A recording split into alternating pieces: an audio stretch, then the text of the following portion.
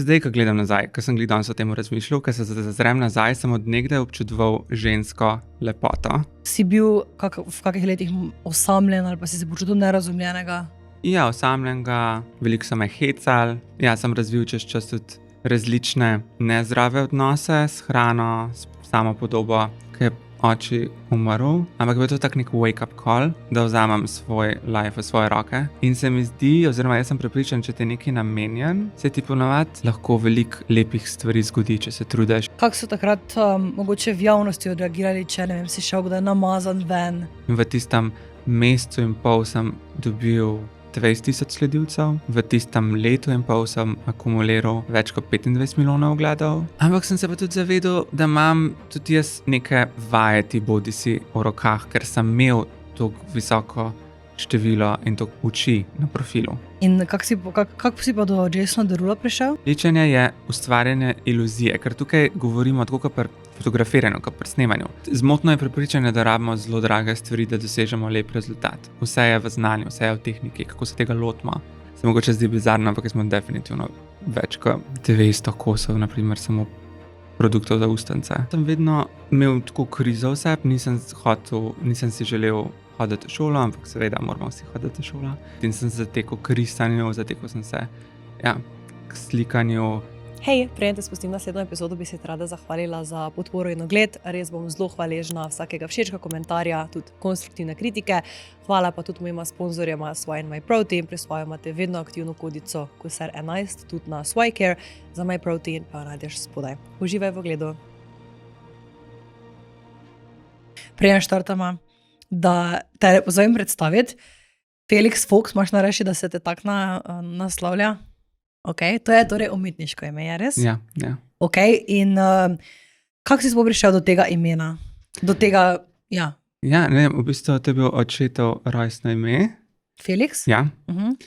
In meni je bil vedno zelo tak zanimiv, vedno sem bil malo ljubosumen, ker sem ga tudi jaz hotel imeti, ker sem pač, ne. In potem, sem ga že prvo uporabil v srednji šoli med prakso, za nek brand, ki sem ga takrat naredil. In pa mi je pač ostal. Tako. Se poistovetam. Odkje pa je prišel Fox? Rimel se je. Mislim, najbolj se je spevno slišal, tako da. Ok. Nisi pa hotel prinka med Felix? Ne. Ker pol je bil kaj isto kot oče. Pol je bil čisto isto. Felix bi bilo, enako. Ja. Ok. Kako si trenutno? Zdaj si opravo ravno cepetega, čestitke. Verjetno si manj stresa trenutno. Ampak kako se trenutno počutiš v tem življenjskem obdobju? Kaj se počutim zelo dobro, ker veliko delam in mi je všeč. Hkrati je veliko bolj tudi stresa, ker je veliko rokov za oddajo, materialov, veliko je rokov, ki sem se jih sam zastavil, ampak mi je všeč. Deloholik, če lahko temu tako rečem? Niti ne. Ne? Ne, mislim, vedno sem rad delal stvari, ki sem jih jaz hotel. Potem se pa če življenje naučiš, da rabiš narediti tudi stvari, ki jih mogoče nočeš. Nujne stvari, ne? Ja. Zdaj trenutno delaš na enem projektu, se lahko kar pohvališ, lahko kar poveš, kaj zdaj trenutno delaš, pa pošla malo na otroštvo, kako si se sploh zaljubil v make-up, kdaj je to postala neka tvoja strast, ampak kar predstavi, kaj trenutno delaš. Ja, zdaj sem se odločil, da zaštartam nek nov projekt in sicer spletno stran makeupacademia.si, ker sem videl, da na trgu mogoče vsaj po mnenju prijateljic, da ne vejo, kako se točno lotati ličenja samih sebe. In ker imam že toliko let izkušenj, sem se odločil, da je to nekako najbolj produktiven način, da lahko čim več jim pomagam, da ženske in moški, kdorkoli si želi to ogledati in naučiti, da se lahko nauči, da podam informacije in potem v bistvu lahko sama ali pa sam doma obvlada veščina ličenja. Pa če danes, ko se zavrnemo, ti torej se z ličenjem že ukvarjaš kar nekaj časa, je tako? Kdaj bi rekel, da se je tista prva strast pojavila do ličenja? Nekaj si omenil, da si že prej slikal, če se ne motim. Ja, v bistvu sem že od nekdaj bil zelo kreativen, zelo sem se rad zaziral vase v otroštvu in je bil moj interni svet ful barvit. In začel sem tako že od majhnega, že od 6. leta sem zelo rad risal. In potem sem se tudi v bistvu to znanje napredoval in prakticiral. In potem sem prišel, zdaj, ko gledam nazaj, ko sem danes o tem razmišljal, ko se zazrem nazaj, sem od nekdaj občudoval žensko lepoto. In nasplošno anatomijo obrazov in pri risanju sem to tudi sam, v bistvu to veščino vadil in treniral svoje oko. In hkrati sem opazil lepe stvari, opazil sem lepote, opazil sem detajle. Tako da bi rekel, da se to sam preslikal na druga področja. Potem, ko sem bil 15 nekje, sem prenesel Photoshop, sem samo eksperimentiral, probaval različne funkcije in sem potem tam začel na neke vrste slikati. Samo na grafični način. Ja, vedno me pa potem, ko sem videl, da je ta beauty community v Ameriki, ko so šli videi viral, ko sem opazil prve te viral beauty influencerje, vplivneže, kot so neki tutorials, potem bil James Charles in vsi podobni, me je potem to res potegnil noter in sem bil res fasciniran nad vsemi, nad produkti, kako lahko optično dvigneš oko, kako narediš lahko iluzijo bolj dvignenega obraza ali pa bolj definiranega obraza. In vse to se je sam preslikal na to področje. Tako da nekako se mi zdi, da se je skozi moje življenje ta fascinacija z lepoto in iluzijami, ki je več različnih faktorjev tukaj, se samo potem preslikla in nadgradila na to bolj fizičen kontakt. Pa bi rekel, da imate to v družini, da so vsi bolj umetniški, zdaj koliko vem, smo se ravno pogovarjali, tudi sestra se ukvarja s tetoviranjem, torej sta oba dva v tem nekem artsy svetu, ne? Ja, v bistvu midva sestra sva edina malo bolj umetniška. Aha, okej. Ja, moja sestra tetovira. Čakaj, nista dvojčka, ne? Ne. Ker sta si ful podoba, to sem ti ravno prej rekla, tako da te zdaj vprašam, no. Ne, nisva. Jaz rečem, da sva 1 leto narazen, v bistvu sva slabe 2 leti. Razlike starostne. Če kdo je starejši? Jaz. Ampak ja, ona je tudi zelo umetniška in zelo natančna. Kaj pa bi rekel, da je bil vajen odnos čez leta, sta se družila, ko sta bila mala, ali sta bila bolj za sebe? Ja, valjda sva se družila, veliko sva se kregala. Tipično. Ja, mislim, tak kliše, zdaj se pa razumejo. Mislim, zdaj se že bolj razumeva, no. Se mi zdi, da vedno bolj skozi leta, ker vsak živi ločeno, vsak ima svoje življenje, svoje rutine in potem, ko se vidiva, je zelo lušten. Čekaj, koliko si star? 26. Mislim, da si bom prav razmislil. Sem tako 25, ne? Glej, se 50, Blizu. Ena številka, nima veze. In obiskoval pa si katero šolo? Zakaj si se izobraževal? Za medijsko. Ok, torej, Vedel sem, že od 13. leta, da zanima. hočem iti na medijsko. Ja. Pa recimo, če zdaj pomisliš za nazaj, misliš, da so imeli tvoji sošolci pa sošolke težavo s tem, kaj jih zanima? Bi rekel, da si ti takoj to vedel, pa si recimo pri drugih opazil, da se malo lovijo? Ja, definitivno. Ampak mislim, da je to tako zelo pogost pojav na vseh srednjih šolah, na vseh šolah poklicnih ali pa gimnazijah, da se ljudje iščemo in se mi zdi, da skozi leta vedno pride kakšno obdobje, ko gotoviš, da te mogoče kaj bolj zanima, pa to se mi zdi, da je taka lepa pot, ker to lahko sploh imaš privilegij, da imamo privilegij to raziskovati. Ampak ja, jaz sem šel ker sem izvedel, da obstaja ta program sploh, srednje šole, sem se zelo hitro odločil, da bom jaz kaj šel in sem imel visoka pričakovanja, ker sem mislil, da bomo delali neke filme na hollywoodskem nivoju z specialnimi efekti, no potem je bila realnost malo drugačna, še vedno sem ogromen znanja odnesel, ki mi prav pride, ampak ja, sem vedel, ja. In kaj recimo, če zdaj se nekdo odloča ali iti na medijsko ali ne, kaj bi bilo to tvoje priporočilo? Če te to zanima, se mi zdi definitivno nek uvod v te vode, v ta svet. Definitivno se mi zdi da skozi različne učne programe in kako se temu reče zdaj, to sem že out iz šole, ne program, ampak Učni načrt, šolski predmet. sistem. Oh my god, predmeti. Predmet, okay, nisem Ja, kaj si predmeti, zamislila. različni predmeti, eni so malo bolj trmasti, malo težji, ampak ko pogledam nazaj, odneseš neko disciplino, nek tak uvod. Ja. Uvod. Neke temelje, ko jih možna, da lahko potem, če sam želiš, sam še napreduješ verjetno Ja, na tem področju. Definitivno pa se mi zdi, da moraš imeti to željo, pa strast, pa zagon, da sam v bistvu hlepiš po znanju in po izkušnjah in sam razvijaš to, sploh v tej dobi, ko imamo vsi YouTube, vsi imamo TikTok, Google, zdaj še umetno inteligenco, res informacije so povsod dostopne in če si nekaj želiš, lahko ogromno odneseš samo skozi te vode, čez te platforme oziroma ja. Drugače, si kot majhen tudi kaj treniral, ali si bil kak šport, ali si bil res v smeri te umetnosti? Ker sem odraščal v naravi, na vasi, z vasi, smo se vedno pogosto lovili, hodili na sprehode, na hribe, med vikendi, hribe, tako da veliko sem bil zunaj.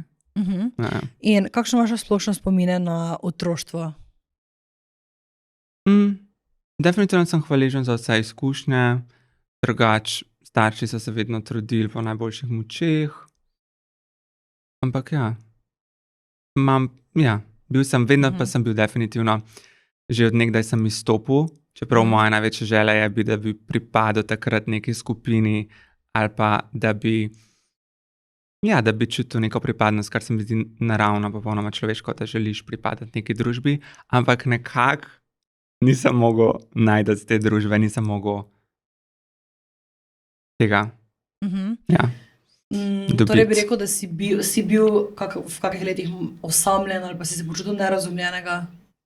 Ja, osamljenega, mogoče veliko so me hecali. Torej bullying dansko. Ja, tako da je bilo veliko tega in ne bi šel še enkrat čez to obdobje, ne bi bil še enkrat star od 10., 9. leta naprej do 19., 18., ampak definitivno je pa to ogromen razlog, da sem takšen, kakršen sem, da imam to perspektivo, tako da sem hvaležen za te izkušnje. Se mi zdijo v perspektivi zelo pomembne, tako da so se mi Se recimo spomniš, kako si se takrat s tem soočal? Ti je bilo bolj kot ne vseeno, si se zaprl vase, si imel tudi kakšne mentalne težave v tistem času? Ja, definitivno sem vedno imel tako krizo vse, nisem si želel hoditi v šolo, ampak seveda moramo vsi hoditi v šolo. Nisem se počutil, da pripadam, nisem se počutil, sem imel prijatelje izven pouka, pa prijateljice, večinoma. Ampak v šoli pa se nisem počutil prijetno, nikoli. Imel sem pa potem, sem razvil čez čas tudi različne nezdrave odnose s hrano, s samopodobo. Hkrati sem pa razvil tudi ta barvit svet, ker je bil tako, jaz sem se počutil, da je bil moj svet, zunanji svet malo bolj osiromašen, ker nismo veliko prijateljev. Doma so se trudili po najboljših močeh, ampak že tudi tako, kar se tiče družbeno ali pa socialno, sem bil tudi malo izključen v perspektivi razredov ali pa takih, kar bi nekdo smatral, ne vem, mogoče normalnih zadev. Tako da, ampak sem zaradi tega imel pol ta svoj notranji svet barvit in sem zatekel k risanju, zatekel sem se k slikanju, k fotografiranju, raziskovanja filmov, teh efektov. S tem sem tudi dobil to fascinacijo. Hkrati sem pa tudi razvil motnje hranjenja in so bile te tako nekako. Imel več različnih zdravih in nezdravih vej, da sem to poskušal bežati ali pa kontrolirati mogoče počutje, zdaj, ko gledam nazaj. Kaj misliš, da bi ti v tistem obdobju potreboval? Torej, misliš, da bi v tistem obdobju potreboval recimo, ne vem, neko starejšo verzijo sebe, da bi ti nekaj povedala, ali da bi potreboval nekoga, ki bi bil tebi bolj podoben, ali da bi potreboval mogoče, ne vem, misliš, da bi lahko naredili starši kaj drugače, ali pa šolski sistem kaj drugače? Ne, se mi zdi, da takrat, če spet, ko gledam za nazaj, sem to potreboval. Hkrati pa kljub temu dogajanju, jaz sem imel neko zavedanje, da bom odrastel. Jaz sem imel neko zavedanje, da je to samo začasno obdobje, čeprav je to začasno obdobje trajalo osnovna šola, srednja šola, in da bo potem zatem prišla svoboda in da bo tega konc. Tako da sem imel zmeraj v sebi neko to, ta občutek, neko, sem to zavestil, no, da je grozen, ni prijetno, je ekstremno neprijetno, ampak sem tudi nekako bil prepričan, da bo tega konc in da bom pa lahko svoboden, da začnem in počnem stvari, ki jih jaz želim. Ampak je bilo to že spet zdaj, ko pogledam, zelo podzavestno, zelo subtilno, zavedanje tega. Ja. In kako si se recimo odzval na neke sovražne komentarje ali pa na neko zbadanje? Ne vem, bilo mi je ekstremno neprijetno, grozno, sram, neroden. Te občutki so prevladovali. Hotel sem bežati, zlesti svoje kože, če bi tako rekel. In da sem od tega pač konc, takrat, ker je bilo toliko best. Ampak ja. Pa si kdaj kaj rekel ali pa ne vem, ukrepal, da bi, ne vem, povedal komu to, staršem so ljudje to vedeli, ali si ti vse Ja, zdržal v definitivno so vedeli. Okay, so, že spet starši so naredili vse, kar so pač lahko. Pa sem zamenil tudi šolo na koncu osnovne šole, pa je bilo še slabše, ker sem šel v Ljubljano. Ampak ja, no. Ja. In kaj bi zdaj recimo bil tvoj nasvet nekomu, ki se sooča z bullyingom? Oziroma nasvet, mogoče zgolj na misel. Da bo enkrat definitivno tega konc. In se mi zdi, da ta upanje, da bo tega konc, kot vsi, ki imamo mogoče težje obdobje, to žaluješ, je to, če si v finančni stiski, če se ne počutiš dobro v svojem telesu, ali pa če, ne vem, slediš nekemu cilju, pa je neka obdobja, se mi zdi, da so neizogibna v življenju, neko čustveno, fizično, pač težje, večji izzivi, ki nosijo večjo težo. Ampak če delaš na temo, če se trudiš, ali pa v tem primeru, če si še mlajši, bo enkrat definitivno konc. Tako da ta upanje, jaz sem to nekako imel v glavi, to v bistvu objektivno gledano na realno sliko, da bo konc osnovne, srednje šole. Pa si bi recimo ti želel, da bi ti takrat kaj naredil drugače, ali pa da bi, ne vem, s čem začel prej ali pa kasneje? Takrat sem se mnogo bolj počutil, ker sem 8 let začel hoditi z bratom v fitness, ali bi že v srednji šoli. Z bratom, koliko vas je? 4. Okay. Pa 2 polsestri, že zelo starejše. Ja. Okay. 4 smo drugače. In takrat mi je fitness ogromen dal samozavesti, potem sem pa začel s tekom na dolge proge, na daljše razdalje in sem to imel čez celotno srednjo šolo in mi je to tudi bilo neko izhodišče, da sem se sprostil, da sem odmislil ali pa da sem nekako procesiral mogoče, no, se mi zdi, da šport mi je takrat veliko pomagal. Poleg umetniških smeri in zanimanj in hobijev. Kako bi pa rekel, da si se potem izvlekel ali se nisi, kako je potem potekala ta tvoja pot, si omenil neke modne hranjenja, ne? Ja, imel sem. Ja, takrat je bilo to zelo nezavestno. Jaz nisem vedel, zakaj to delam. To je bilo kakor nek navada potem čez leta, ampak je bila tudi mogoče neka uteha med poukom, da ko greš ali pa med odmorom ali pa med malico, da sem se izognil tem neprijetnim situacijam ali pa da ne bi sam sedel ali pa da me ne bi, ali pa da nekako odmislim, ko me kdo pač zafrkaval, sem potem se to razbremenil takrat čustveno. Ja, in je potem pač to kar nekaj časa trajalo. In kako si potem se, zdaj ali si se rešil, ali se še trenutno rešuješ, kako si potem začel to stvar sanirati? Torej, da si videl najprej, oziroma se mi zdi, da pri večini, ko imamo, ker sem tudi se kar borila z nekimi temi stvarmi, tako veš konstantno, da to ni ampak kako si potem začel lezti ven iz te, lahko rečemo, neke jame?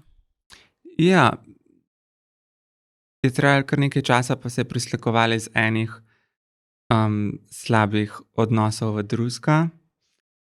Ampak potem je pa nastopil čas, ko je bila prelomnica, ko je oči umrl. Je bila pa to neka taka...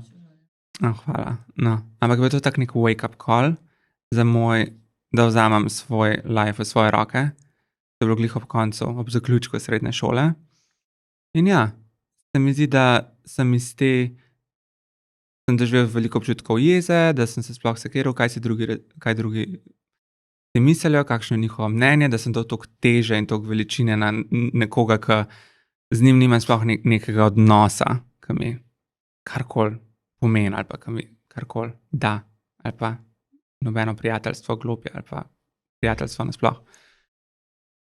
Ja, in je to potem po temu, ja, sem se kar spremenil na pozitivno, po obdobju žalovanja in predelovanja, zavestno in nezavestno, in potem strokovno pomočjo s psihologom, sem zelo proaktivno vzel potem ta problem kar nekih 22 letih v svoje roke, ker sem vedel, da imam dosti tega samega sebe, da se tako počutam, da to nosim v sebi, da to nosim za sabo, še te občutke.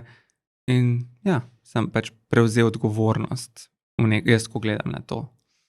In definitivno se mi zdi, da tako, ko se pogovarjam z vrstniki ali pa z nekom, ki ima podobne težave, te nezdrave načine ali pa pretekle motnje ali hranjenja ali pa razmišljanja, sem definitivno ugotovil, da tudi, ko najdeš neko pomoč, ko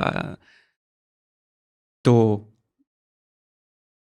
delaš nove vzorce, se definitivno čist pomaga in se spremeni, ampak mogoče v bolj kakšnih stresnih obdobjih, če je neko težje obdobje, se zna mogoče te stvari znajo priti na površje za kratek čas, ampak se zelo naučiš potem, vsaj jaz pri sebi, zase govorim, to dati na stran. Ne, in ja, se naučiš, no. Naučiš se novega razmišljanja, novega vedenja. Predvsem, ja, nove navade. In tudi preusmeriš te slabe navade v pozitivno smer, no, tako da ja. To se mi zdi res lepo, da si rekel, da tudi, da to so neke navade, ki še pridejo vedno na površje, ker se mi zdi, da marsikdo misli, da je proces vedno linearen, pa ni. Ne, če si ti enkrat, se mi zdi, da imel neke težave, te težave niso v večini primerov zavedno zdaj gon, zavedno izginile, lahko še pridejo gor, ampak se mi zdi, da je predvsem to, kako se ti z njimi soočaš, na kak način ti gledaš na njih, kako jih ti probaš lečiti, ali pa, vidim vas, tu ste, kaj bomo zdaj, da imaš ta notranji dialog tvoje drugačen, ne pustim tako, da te misli preplavijo. In kdaj torej se je potem, si rekel, vzel bom življenje v svoje roke, je bilo to potem takrat, ko si začel tudi z make-upom, ali si že predtem začel ustvarjati? Mislim, definitivno se mi zdi, da prehodno obdobje iz osnovne šole v srednjo šole, sem dobil malo več samozavesti oziroma malo več tega uporništva v sebi. Takrat, ko se gledam za nazaj, je vse izhajalo malo bolj iz ega, pa nastopanja oziroma igranja, da si bolj samozavesten pa to. Ja, potem pa se je to skozi leta s spreminjanjem navad proaktivno, se je potem gradila neka nova osnova, s katere to zdaj izhajam, živim. In kdaj si potem opazil, jaz želim poskusiti z make-upom? To bi lahko nekaj, kar recimo mene zanima. Ja, jaz sem na skrivaj gledal, meni se zdi, da mogoče sem se kdaj tudi drznil v srednji šoli še pogledati, zelo na skrivaj. In sem vedno opazoval in ja, potem zelo hitro ob tej prelomnici, čez en mesec, sem se odločil, da je tega dovolj. Ja. In sem samo začel z objavo. Bilo je ekstremno neprijetno mi. Nisem takrat bil še samozavesten, sem še v bistvu fejkal to samozavest. Tega mota sem se držal fake it till you make it, ker se mi zdi, da v življenju kakršnekoli večje spremembe ali pa če si želiš slediti nekim sanjam ali pa cilju v kjerikoli področju lifea, nikoli se ne boš počutil po mojih izkušnjah 100% ready. Ja, in sem potem začel. Je bilo pa že kakšno leto, dve prej to zanimanje in obsesivno gledanje videov. Si bolj mislil, kaj si bodo drugi misli, kaj bodo rekli, kaj komentarji bojo? Ali te je bilo strah mogoče odziva, ne vem, družine, bližnje družine ali res teh pač ljudi na internetu? Definitivno sem prej se lotil prvo družine, da sem pač izrazil in pokazal to zanimanje. In je bilo res, ne bi si mogel želeti boljšega odziva. Torej si imel dober odziv. Ja. In to se mi zdi tudi velik faktor.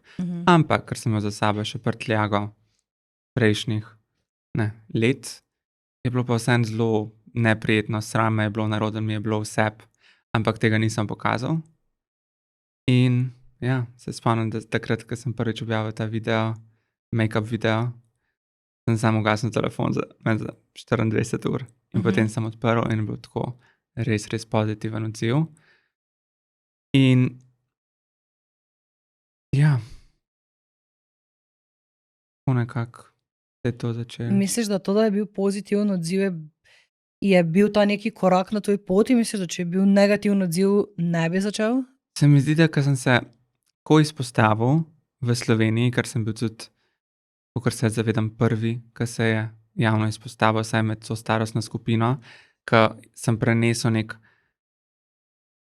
ameriški takrat pojav, v smislu, da se moški lahko tudi nalič. Da se na koncu dneva so samo ličila, ne samo nek fizičen produkt, materialna stvar, pripomoček. Definitivno me je bilo veliko strah, ampak ker sem se vrgel v tako globoko vodo, sem tako mogel splavati in itak ne bi bilo poti nazaj. Vedel pa sem in čutil pa sem, ker verjamemo to v intuicijo in da slediš svojemu notranjemu glasu, da je to prava odločitev. Nisem pa vedel, kam me bo ta odločitev peljala. In sem samo vztrajal, ker je bil takrat odziv dober. Tako da ne vem, če bi tudi na slab odziv odnehal, ker sem se namenoma tako izpostavil in namenoma sebe dal v to pozicijo, da če bi nehal, bi mi bilo verjetno še bolj bad. Ja. Ker si se že pokazal, ne, da si že... Ja, zdaj it's over. Ja. Pač. Ja. In kako dolgo bi rekel, da je trajalo od tega, ko si ti začel, do tega, da si potem dobil prve ponudbe, ali so bile to ponudbe v živo, torej da ti v živo nekoga naličiš, ali so bile to ponudbe od make-up znamk, da ne vem, želijo, da ti nek video pripraviš, kako dolga je bila ta pot? Mi zdi, da mogoče manj kot eno leto, da sem januarja med za prvega objavil in potem septembra sem že imel ali sodelovanja in ja, tudi veliko, takrat v prvih mesecih me je veliko zvezdnikov opazili iz ZDA, kot so James Charles, pa vsi te beauty guruji, ki sem jih jaz spremljal, Patrick Star, Gigi Gorgeous, taki ljudje, ki so takrat tudi meni dajali, ko sem bil mlajši, pa potem v najstniških letih nek zelo lep escape. In me je takrat to veliko pomenilo in me je to vedno dajalo potrditev, da so me tako že uspešni ljudje prepoznali. Ker se to zelo subjektivno gledam, ker to je zelo nek tak mehna skupnost. Ampak ja, potem je pa dosti hitro se potem vse razvil. Pa tudi je vse šlo z roko v roki, ker sem začel kot snemalec, prvotno izvajati storitev kot videograf. V srednji šoli sem veliko tudi prešprical, da sem si naberal stranke, veliko sem delal zastonj. In potem se spomnim, da sem preden se vse to zgodil, sem snemal kampanjo za DM ker sem se usmeril v to lepotno videografijo, fotografijo, ker je tukaj res toliko enih faktorjev, že z ličenjem in kako fotografiraš, kaj vzameš, kjer kot, kako postaviti luči na anatomijo obraza, na vse toliko enih faktorjev, da ustvariš to iluzijo najboljše verzije modela oziroma tistega, ki fotografiraš. Seveda se je to oko razvil čez leta, je to čist dan in noč v primerjavi takrat, ko sem začel. Ja, in se spomnim, da sem gledal punca Gaja, je bila takrat, pa še par punc, najna skupna prijateljica, je bila model. In se spomnim, ko sem gledal izdelke in sem točno vedel, kaj mora narediti. In v sebi sem vedel, da ne dati baking powderja, ne vem, pred korektorjem ali pa pustiti spodaj, ko si nanašaš bleščice, da lahko potem ta tako imenovan fallout v angleščini odneseš. Ja, takrat sem že tako potihoma, tako z takimi strastjo to opazoval. Ja, takrat se je to razvil. Si že takrat recimo gledal, pa si že takrat... Že vedel, ja, contour opazil mogoče tudi kakšne napake, ja, jaz sem gledal, sem tako, zakaj ne tako ne delajo na YouTubeu, ko sem gledal. Ja. DM, to je že kar, če da gledaš huge, glede na to, da si rekel v prvem letu, ne? Torej, v bistvu že pred tem je bilo to, ja, že pred Felixom. Torej, kako si recimo do tega sodelovanja sploh prišel? Si že pred tem objavljal kaj, ali... Pred tem v srednji šoli smo imeli obvezno prakso in jaz sem takrat smo imeli še domače podjetje in sem lahko pač v bistvu doma preživljal to prakso, ampak sem se odločil, da zavzamem to kot nek projekt produktivnosti. Moja mama ima poleg drugih veščin tudi zna zelo dobro šivati. In se v bistvu sem jaz v parih dneh narisal načrt nahrbtnikov, torbic, šla sva v trgovine, da je vse slovensko v Sloveniji proizvedeno. Takrat sem dal podjetje ime že Felix. Je bilo zelo v letu in pol, smo naredili sam sem postavil spletno stran, sam sem oglaševanje delal na Facebooku, smo naredili zelo dober promet za 17-letnika. Potem se je to zaprlo, ker je bilo ni bilo več smiselno. In skozi to Felixa, skozi to znamko sem jaz spoznal in navezal stik z različnimi vplivneži, potem so to postala prijateljstva. In na podlagi teh prijateljstv, ker so vsi vedeli, kaj me zanima, so vsi lahko prepoznali, čeprav takrat često nisem v besedo, mi je bilo še naroden, so me potem tudi priporočili. Tako da je bil to zelo tak nenavaden splet dogodkov in se mi zdi, oziroma jaz sem prepričan, če te nekaj namenjen v življenju, se ti ponavadi, seveda je treba trdo delati, treba biti konsistanten, discipliniran, vedno nadgrajevati samega sebe in znanje, ampak se mi zdi, da se ti lahko veliko lepih stvari zgodi, če se trudiš in če imaš tudi to pozitivno perspektivo na življenje in gledaš iz najbolj mogoče temačnih, slabših trenutkov, obrneš to na neko pozitivo in tudi operiraš iz tega mindseta, iz tega razmišljanja. Se mi zdi, da se ti lahko zgodi veliko lepih stvari in meni so se vedno najlepše stvari zgodile najbolj nepričakovano. To je moj, to je moje prepričanje, moj sistem. Ja. Drugače tudi, kaj prakticiraš manifestacijo? Ja, definitivno, ja. Imam že od nekdaj, že na koncu srednje šole sem začel z ustvarjanjem teh tako imenovanih vision boards, ki prelepaš različne fotografije svojih ciljev in želj, čeprav se ti mogoče takrat ne zdijo oprimerljivi. Ampak ja, definitivno se mi zdi, da je nekaj na temo. Ampak tudi verjamem, da je zelo prepleten z delom. Brez nič. Ja, definitivno. Torej, tvoja pot bi rekel, da je bil to prvi taki projekt, ta DM. In imaš, kak si se takrat počutil? Če se zdaj vrneš na tisti dan, se spomniš še detaljno stvari. Luštno mi je bilo, ko sem bil v sami družbi, čeprav Ana niso vedele, ker nas iste stvari zanimajo.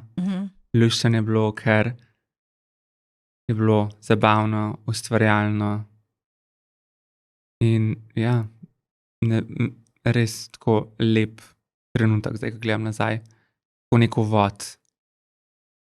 Stvari, ki jih počnem. In potem, ko si se odločil, da boš snemal, Na kak način si se tega lotil? Torej si že takrat želel vse narediti na res profesionalen način, definitivno, verjetno se strinjaš, da tudi bi pripisal nek uspeh temu, da si ti znal postaviti kadre, znal poskrbeti, da je to lepo gledljivo. Ne? Ker včasih je nekaj lahko v živo mogoče super, pa ne znaš tega dati na kamero. Ja, takrat se mogoče definitivno sem se zavedal, da je kamera iluzija. Je več faktorjev, niti ne približno na enakem nivoju, kakšna iluzija je to lahko kot danes, ampak definitivno se je vsi te hobiji in zanimanja in izkušnje iz risanja portretov in opazovanja senc in svetlobe in ličenja oziroma digitalnega make-upa v Photoshopih in animacij in opazovanja filmov in občudovanja in v živo in na ekranih to samo nekako naravno preslikali v video, a ne potem pa spoznavanjem opreme in leta nabiranja izkušenj je pa se zvišal.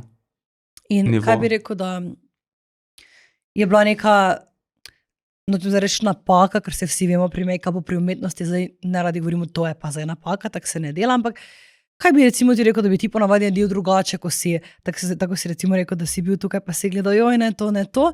Kaj se recimo zdela neke napake, ki so jih delali takrat make-up artisti, pa si ti, pa se tebi zdelo, da se to lahko izboljša? Ja, jaz sem zmeri primerjal in izhajal iz ameriškega trga, ker jaz sem odrastel z YouTubeom, tako kot verjetno tudi ti, ne.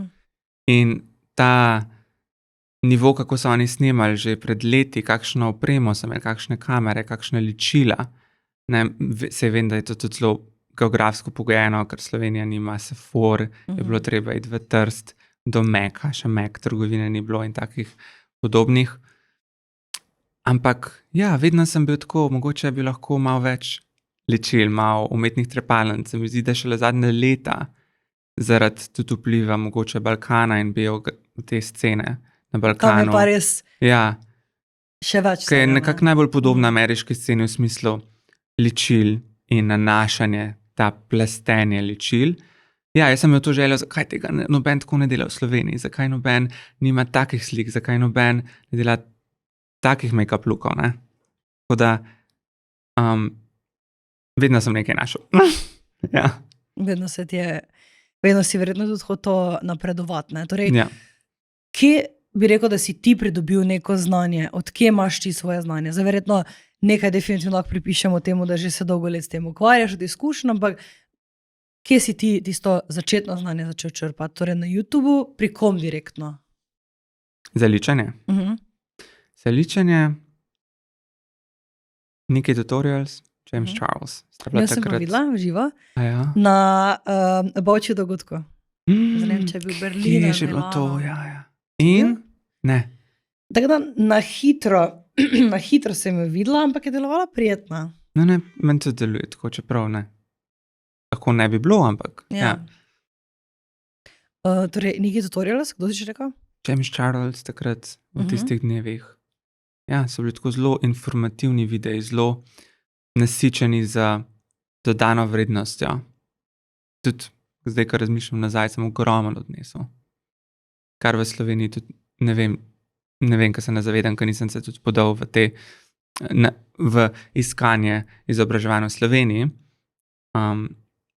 Ampak ja, se mi zdi, da je bilo, da so v tem svetu, v tej industriji en korak, mogoče, ali pa dva naprej. In koliko časa bi rekel, da si takrat porabil na neki dnevni patentski bazi, da si vadil na sebi, da si se učil? Ja, potem, ko sem se jaz tega osvobodil, da so že vsi vedeli, ker bi že vsega konca jaz bil vedno, ko sem imel čas, ko sem se lahko to vzel.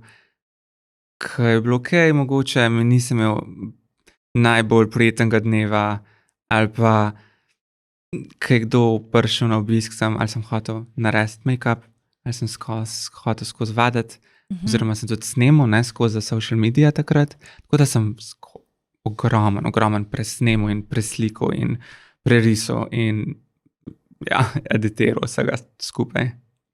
In kako so takrat mogoče v javnosti odreagirali, če ne vem, si šel kdaj namazan ven, si dobil kakšne grde, čudne poglede ali se ne spomniš?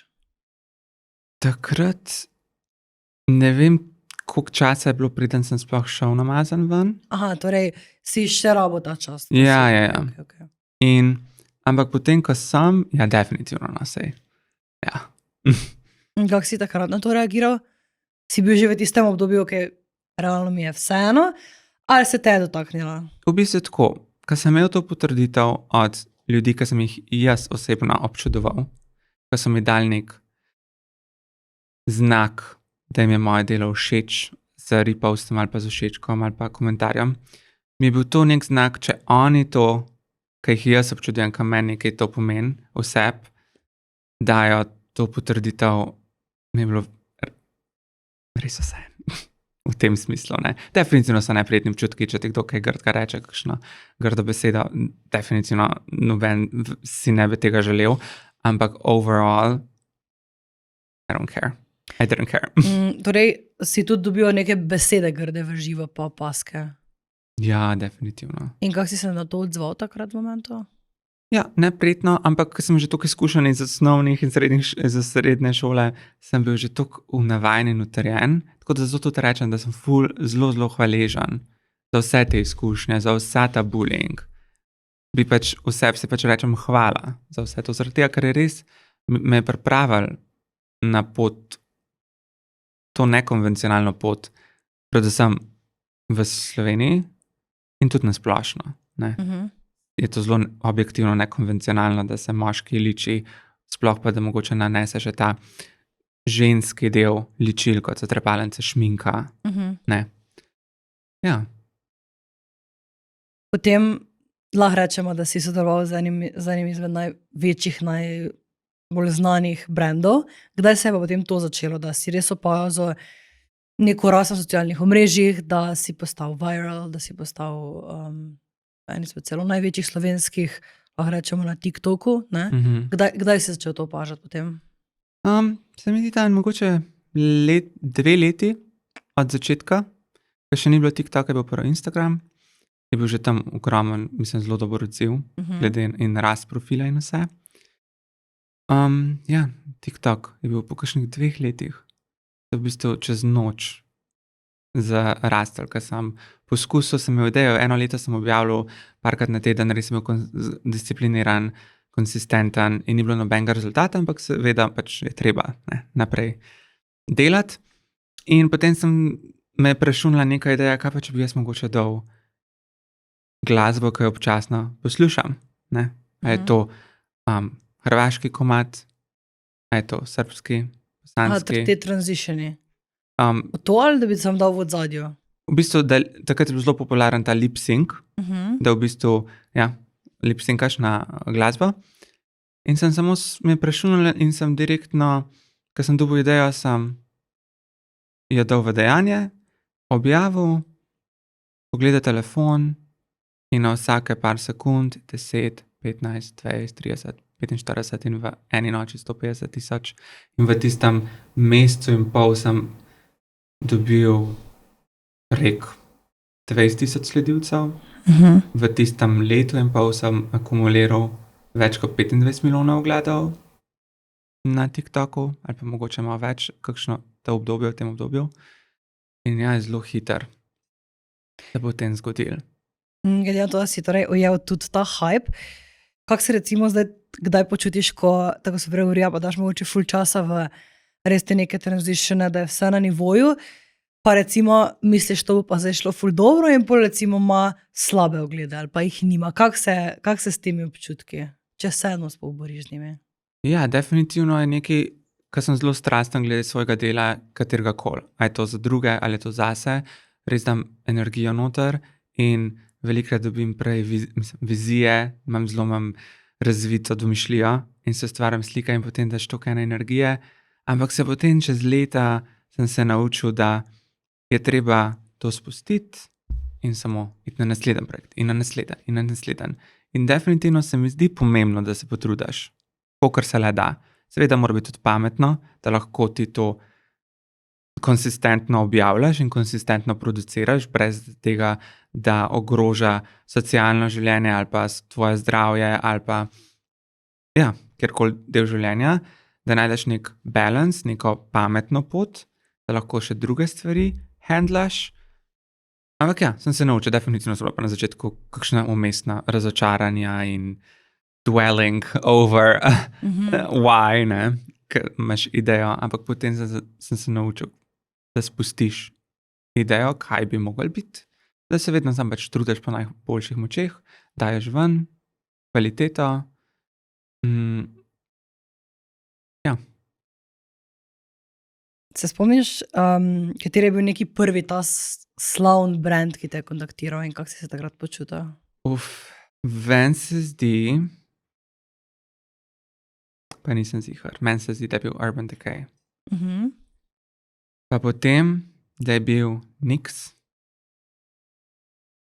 Meni se je to ena, dva izmed prvih, tako globally recognized brands, beauty brands, ne. Takrat je bilo to I made it moment, ne se zdaj, ko gledaš za nazaj, pač hecan, pa tako cute, luškano. Ampak ja, takrat mi je bilo pa to nek tak, če dodatna potrditev. Ja, ker ta ideja, predvsem ta ideja, da vplivneš kasneje lahko poklic ali pa je bilo še zelo sveža na slovenskem trgu, ali je bila pa zelo nišna, mogoče bolj ta potovalna smer, ali pa fashion smer, to še ni bilo toliko razvit mogoče.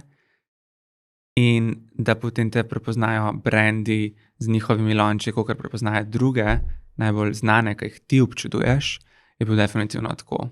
Mi je zelo toplo pri srcu, ko pomislim se nazaj tako. Kdaj pa je potem to šlo iz tega, da dobiš produkte, do tega, da dobiš dejansko plačilo za to, da nekaj ustvariš? Po temu, ko so šli videi viralni, sem se jaz definitivno zavedel svojega teritorija, ker sem vedel, da je ogromno gledal, verjetno bi mogel biti več sledilcev, če ne bi bil kot samo pojava in moj hobi kontroverzen.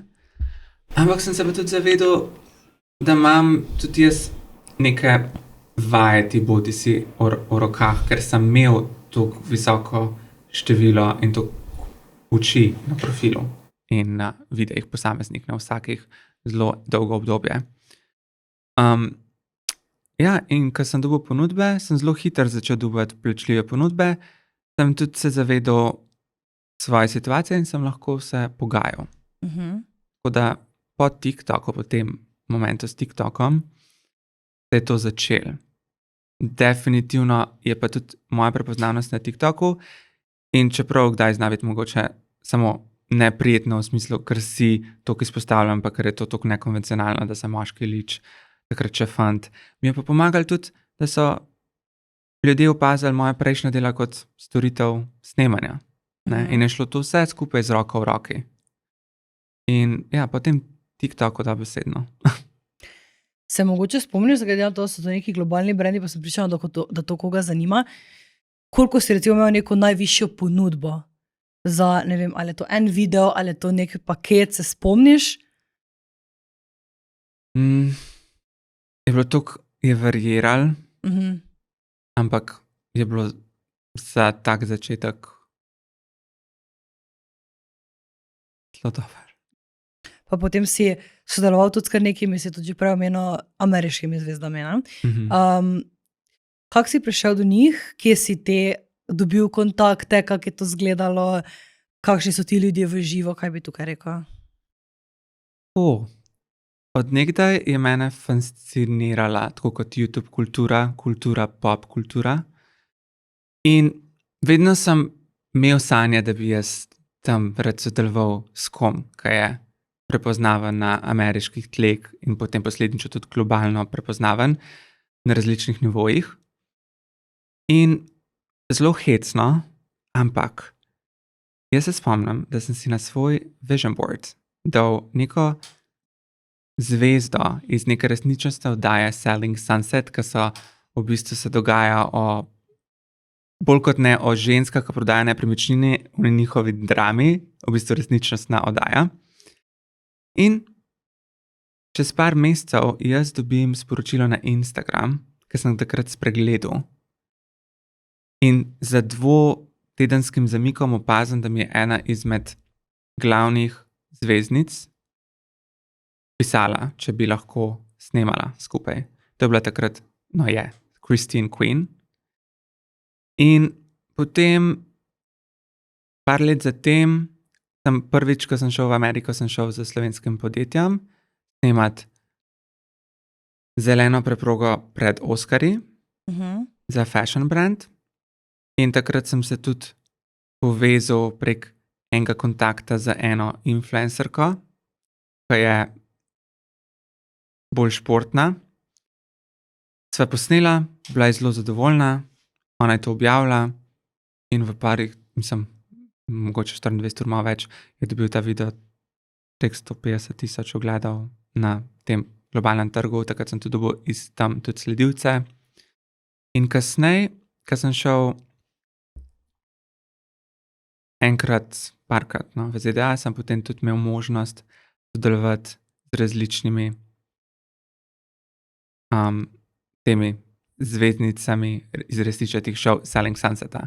Še z eno Brie Tiesi pa Heather Ray Almosa, ki je tudi že od začetka na tej oddaji. No, kaj sem hotel povedati, je, da na koncu zaradi samih planov, kako bi se midva ujela v Evropi ali pa kje druge, za Christine se sploh nisva nikoli ujela. In takrat, ko sva se dogovarjala, sva si izmenjala kontakt, mi pošiljala voice message, jaz sem se toliko veselil, jaz sem bil tako, ok, to so moja vrata v nek nov svet, na nek višji nivo, to, kar sem vedno si želel.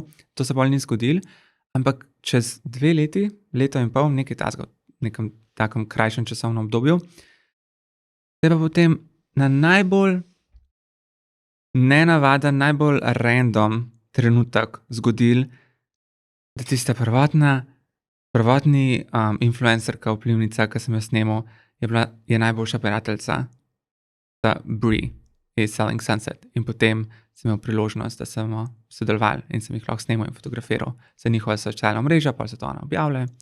Potem se je tudi Jason Derulo, sem z njim lahko sodeloval, z različnimi influencerji, kot so, sicer jaz ne gledam teh niš, ampak Anwar, pa nek Adam, ki so ogromni vplivneži na Instagramu, sem sodeloval s njim. Tako da se je pa vse zgodilo tako nepričakovano. In kako si pa do Jasona Derula prišel?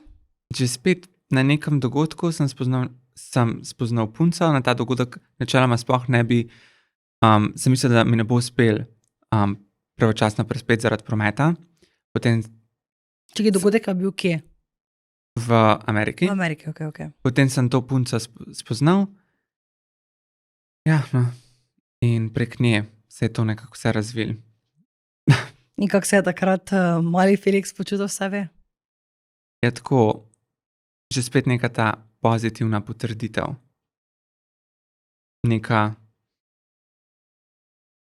Nisem mogel verjeti, no. To je bilo zelo, hkrati je bilo zelo euforično in zelo pozitivno, ker preden sem pripravljal vse, ampak to je bilo tako, prišel sem z letališča in potem sem rekel, čez 2 uri, pač we have to be at Jason's house, pač we're shooting content. In jaz se ne vem, če sem si uspel sploh karkoli urediti, samo stuširati, šibati ven, niti odpakirati, nič. Vse se je zgodilo zelo spontano, zelo hitro. In imaš trenutno kakšne plane še iti nazaj v Ameriko, pač delati tam, živeti tam, kdaj? Definitivno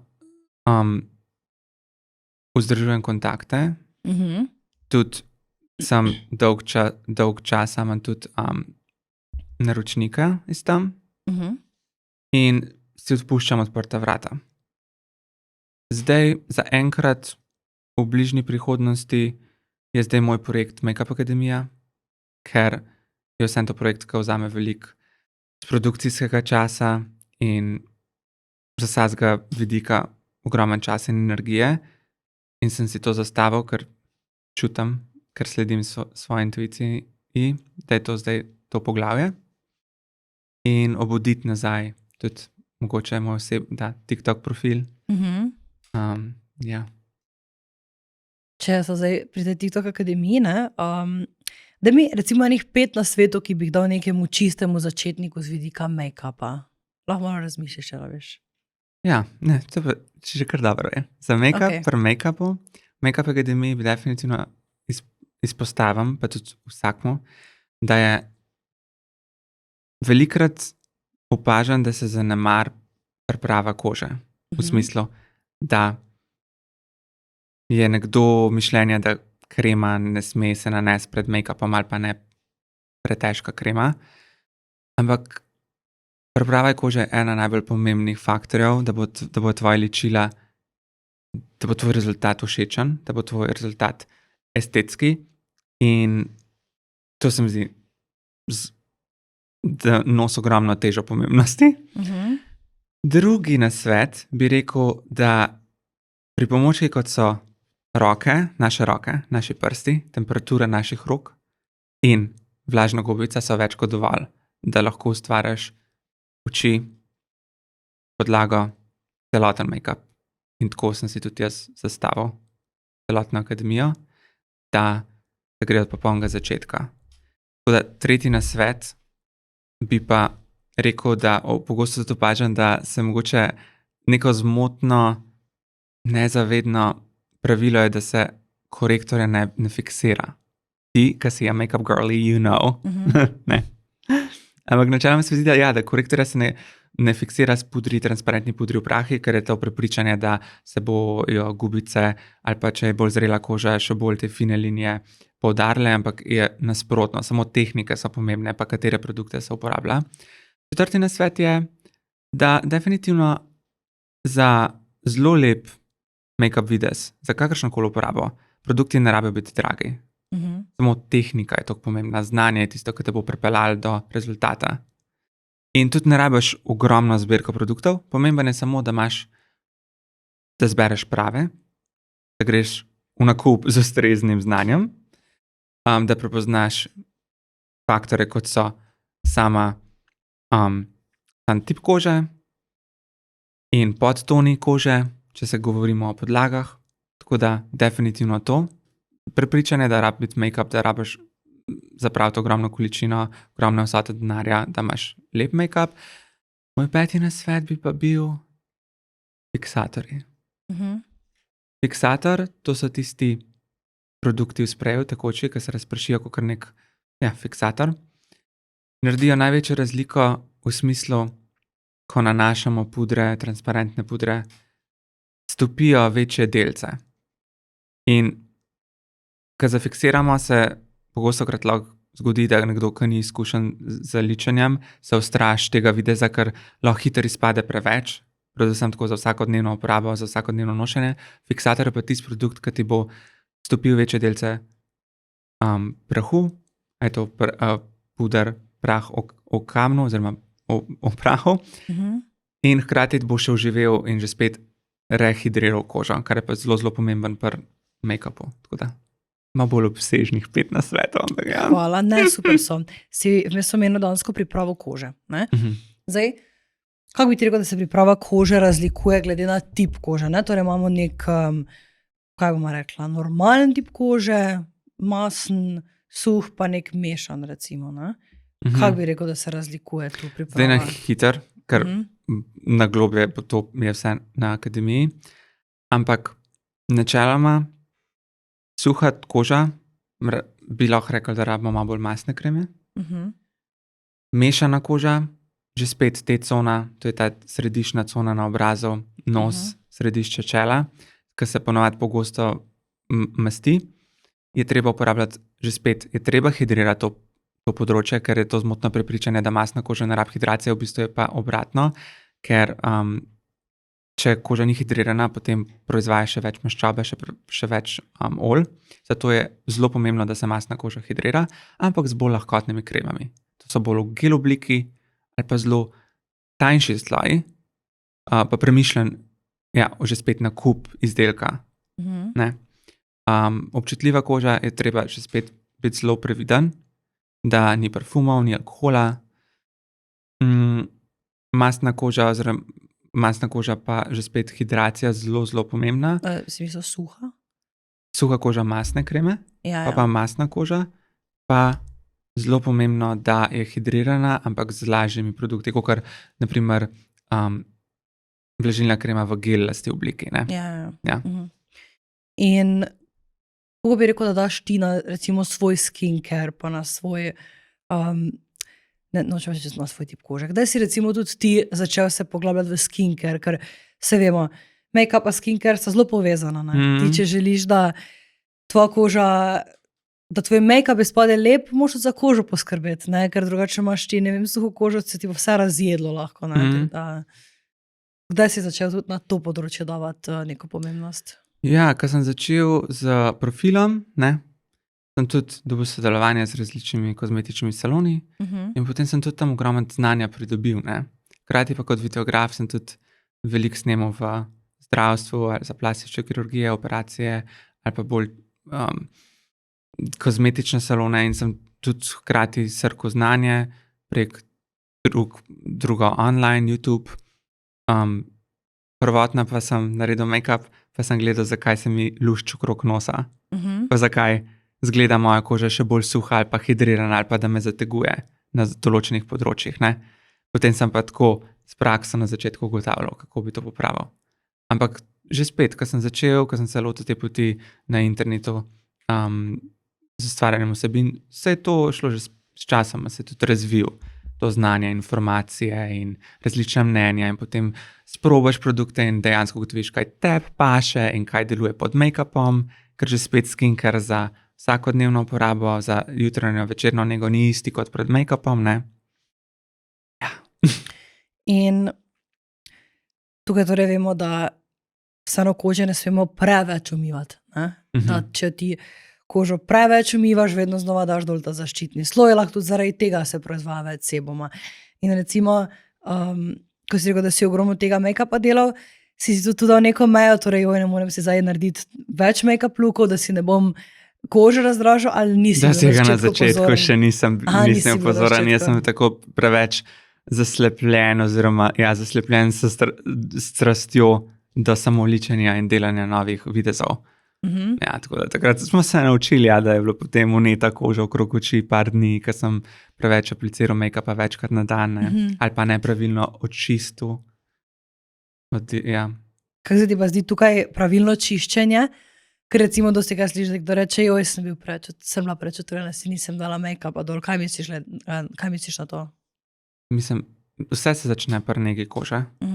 Kvaliteti, jaz seveda nisem noben dermatolog oziroma strokovnjak na področju kože, tako da za kakršnekoli težave vedno ne priporočam strokovnjake, ampak v smislu za ličenje in skozi osebne izkušnje, pa za čiščenje kože je pomemben double cleansing, da se raztopi z različnimi produkti, čistilnimi geli in da se potem ustrezno, primerno tudi hidrira koža in umirja, če smo malo bolj občutljivi. Ne pomirimo. In kateri so neki tvoji najljubši produkti za nego kože? Imaš kakšne svoje favorite? Ja, zelo so mi všeč drogerijski produkti od ZDM-a Zaja, neko se izgovori. Drugi odstranjevalci ličil, CeraVe, se mi zdijo taki univerzalni za vse tipe kož, samo te prav produkti treba najti. Drug od Claudé, oljni odstranjevalc. Oljni odstranjevalci so moji najljubši. No. Imam pa to srečo, da nimam občutljive kože, ker glede na to, kakšno količino oziroma kako pogostokrat se ličam in čistam kožo, ja, imam veliko srečo. Imaš srečo, da ti je tudi to naklonjeno. Mm. Zdaj odločil si se, da boš se lotil te akademije. Koliko let bi rekel, da je zdaj izkušenj za tabo in zakaj bi ti recimo naj ljudje zaupali? Kako bi se tu prodal? Izkušenje so že od malih nog, ker ličenje ni samo dajmo narediti to pa to. Ličenje je ustvarjanje iluzije, ker tukaj govorimo tako kot pri fotografiranju, kot pri snemanju, o igrah svetlobe in sence. In z različnimi tehnikami, z različnimi produktami ustvarjamo iluzijo. In s tem znanjem, ki sem ga že od začetka razvil, je to vse že spet prepleten. In je pristop in analogija celotna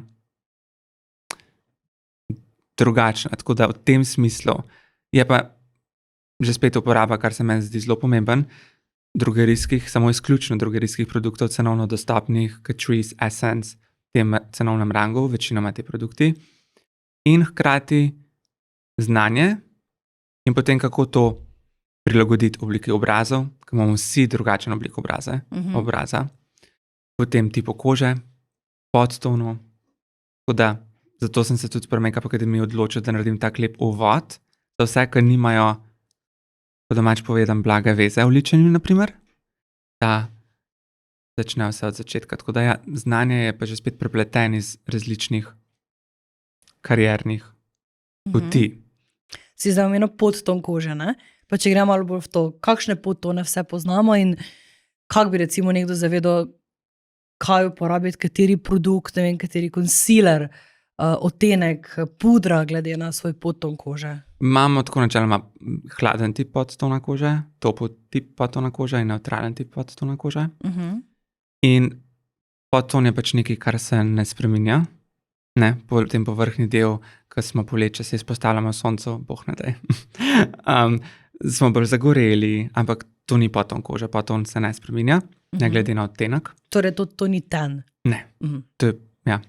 In prepoznamo ga tako, naprimer, najlažji način, ki ga tudi v akademiji izpostavim, je, če imamo topo podton kože, nam zelo Mi pristaja. imamo kaj?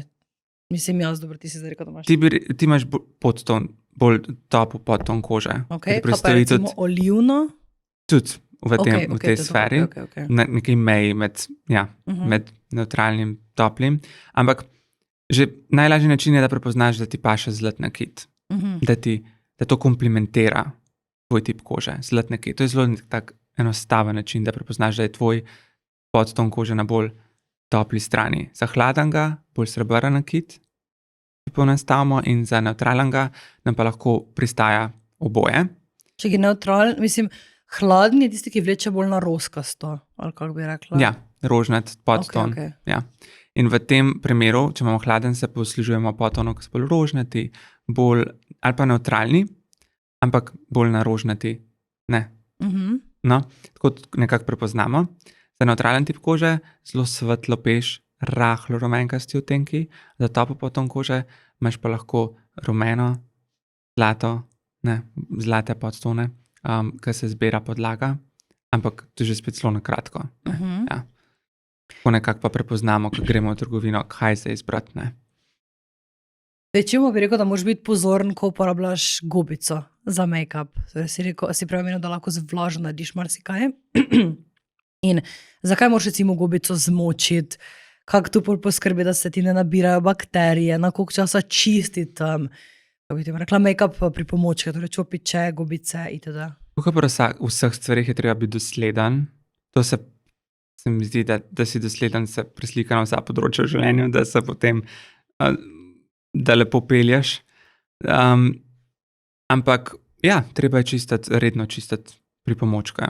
Definitivno enkrat na teden. Enkrat na teden, ok. Mislim, jaz jih čistim po vsaki uporabi. Ja. Jaz tem čistila v prejšnjih mesecih sploh, tako da moram. Pri gobicah je treba tudi malo biti pozoren na vlago, da Ja. ne pustimo vlažne, da ne plesni, ne. Ampak načeloma, jaz čistim po vsaki uporabi čopiče. Tako da, ne, jaz sem malo bolj glede tega. Ampak, ja, vlažna gobica je super v kombinaciji s našimi rokami, ko se to kombinira različne tehnike. Na kak način misliš z našimi rokami? Naprimer, da začnemo nanašati podlage z rokami, pa potem zabrisujemo z gobicami, da dosežemo bolj naraven rezultat na določenih predeljih, kjer ne želimo prekrivnosti.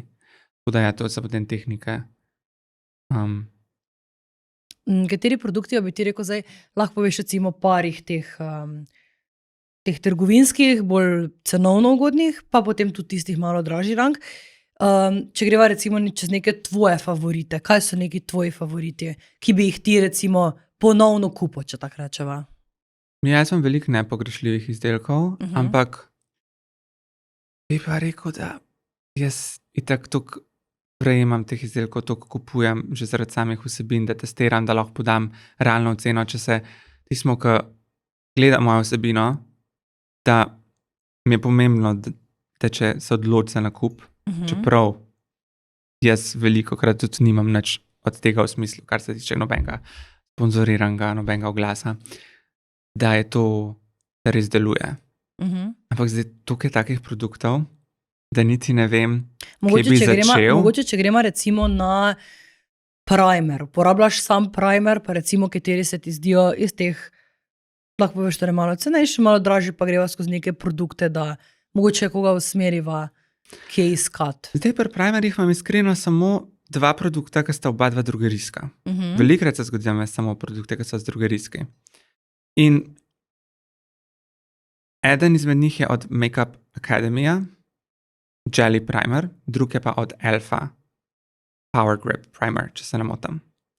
Edini tale Makeup Academy, ki lahko dobiš v Sloveniji v Millerju, Elf na spletu malo težji dostopen. Ok, to sta ta 2 izdelka, ki sta tudi zelo pomembna. Ja. Če greva potem dansko nekako dalje, kateri so ti pa recimo neki konsilerji, ki so ti, torej se ti zdijo res v redu prekrivni, za neko ok ceno. Jaz bi rekel L'Orealovi Infallible linija za visoko prekrivnost. Potem drug je že spet Makeup Academy, ima zelo take za zrelo kožo. Catrice ima dobre. In ja no, jaz v Makeup Academy sem pripravil seznam vseh uporabljenih pa alternativ v drugerijskem ranku. Pa zdaj sem toliko v temu za drugerijskimi izdelki že nekaj časa, da nimam zdaj nekega high-end priporočila. Ja. Se ti zdijo katere znamke, zdaj ne vem, kako je to kako kontroverzno za tebe ali pa ne, ampak se ti zdijo te katere dražje znamke overpriced? Torej, Ja, definitivno. Mislim, že spet zmotno je prepričanje, da rabimo zelo drage stvari, da dosežemo lep rezultat. Vse je v znanju, vse je v tehniki, kako se tega lotimo, pa kater produkt izberemo. Ker mi imamo lahko najdražji, lahko imamo najdražje produkte. Lahko ti damo na mizo vse, pač od Rare Beauty do House Labs, karkoli. Pa če ti nimaš znanja, kdorkoli, ki se začne, pa če to primerjamo z nekom, ki ima znanje, pa ima produkte, ki so povprečju 3 evre do 10 evrov v cenovnem razredu, bo rezultat, se mi zdi, da je sam torej, pomenljiv. torej bi rekel, da se pač bolj splača investirati v neko znanje, kot pa v neke drage produkte. Ja, Verjetno, ker ne. produktov je vedno, vsak mesec je nov produkt, vsak mesec nek produkt obljublja neke, se oglašuje, kot da bo nekaj spremenil, da ti bo dodal nek glow, ampak če ti tega produkta za glow na področju, kjer je prisotna veliko teksture, lahko narediš zelo obraten efekt. Ne? In tudi v kakšni formuli so te produkti, tukaj ja, ogromen. Pa če greva zdaj tudi na te malo dražje, ki verjamem, da pa tudi imaš sam ogromno teh dražjih produktov, ne? Katere so neke tvoje najljubše znamke, torej dražje znamke, ki lahko rečeš, to se mi definitivno zdi vredno svojega denarja, pa se vedno vračam k tej, recimo, dražje znamki. Yves Saint Laurent je ena znamka, ki ima ogromen produktov, predvsem za ustence, za podlago v smislu korektorjev in rdečil v tekoči obliki. Njihovi produkti so meni božanski, pa produkti za telo, za tak naraven glow, brez bleščic, da ne poudarja teksture, če mogoče dekolte malo bolj zrel tam. Drugi produkti, MAC, ima ogromen produktov, predvsem rdečil, podlag. MAC se mi zdi tudi taka znamka, moj favorit. Pa Estée Lauder. Estée Lauder pa podlage v tem cenovnem razredu. Se mi tudi zdijo zelo nepogrešljiv, če si vizažist. Od dražjih ponudnikov. Kdaj se je pa začela ta tvoja pot, da recimo si začel več potovati, ali je to po tujini, ali je to po Sloveniji, da si pa še prevzel res to vlogo vizažista, torej si kdaj ne vem, kakšne poroke ličo, ali pa res tisto, da ni bilo, naličim enega modela, ga snemam, ampak res grem tja, pa sem, ne vem, 8-9 ur tam in samo ličim. Ja, jaz sem vedno, ker sem človek večjih zanimanj, sem vedno se lotil projektov, ker sem imel več vlog. Aha, ok. Tako da sem ponovadi snemal, fotografiral, naličil prej in uredil, ker imam rad kontrolo. Ne rad prepuščam, če imam to možnost, če imam to srečo, to priložnost, da imam jaz vse pod kontrolo. Ja, in definitivno že od nekdaj skombiniram vse naenkrat. In potem se seveda čez snemanje popravlja, korigira, če je kaj potrebno skorigirati. Tako da že od samega začetka, odkar sem po kakšnem letu ličenja na sebi, ko sem začel vaditi na drugih, takrat sem velikrat mazal prijateljice, ki so šle ven ali pa na kakšen bridal shower ali pa tako. Potem, ko sem bil pa zelo samozavesten, sem pa začel to tudi vključevati v svoje storitve.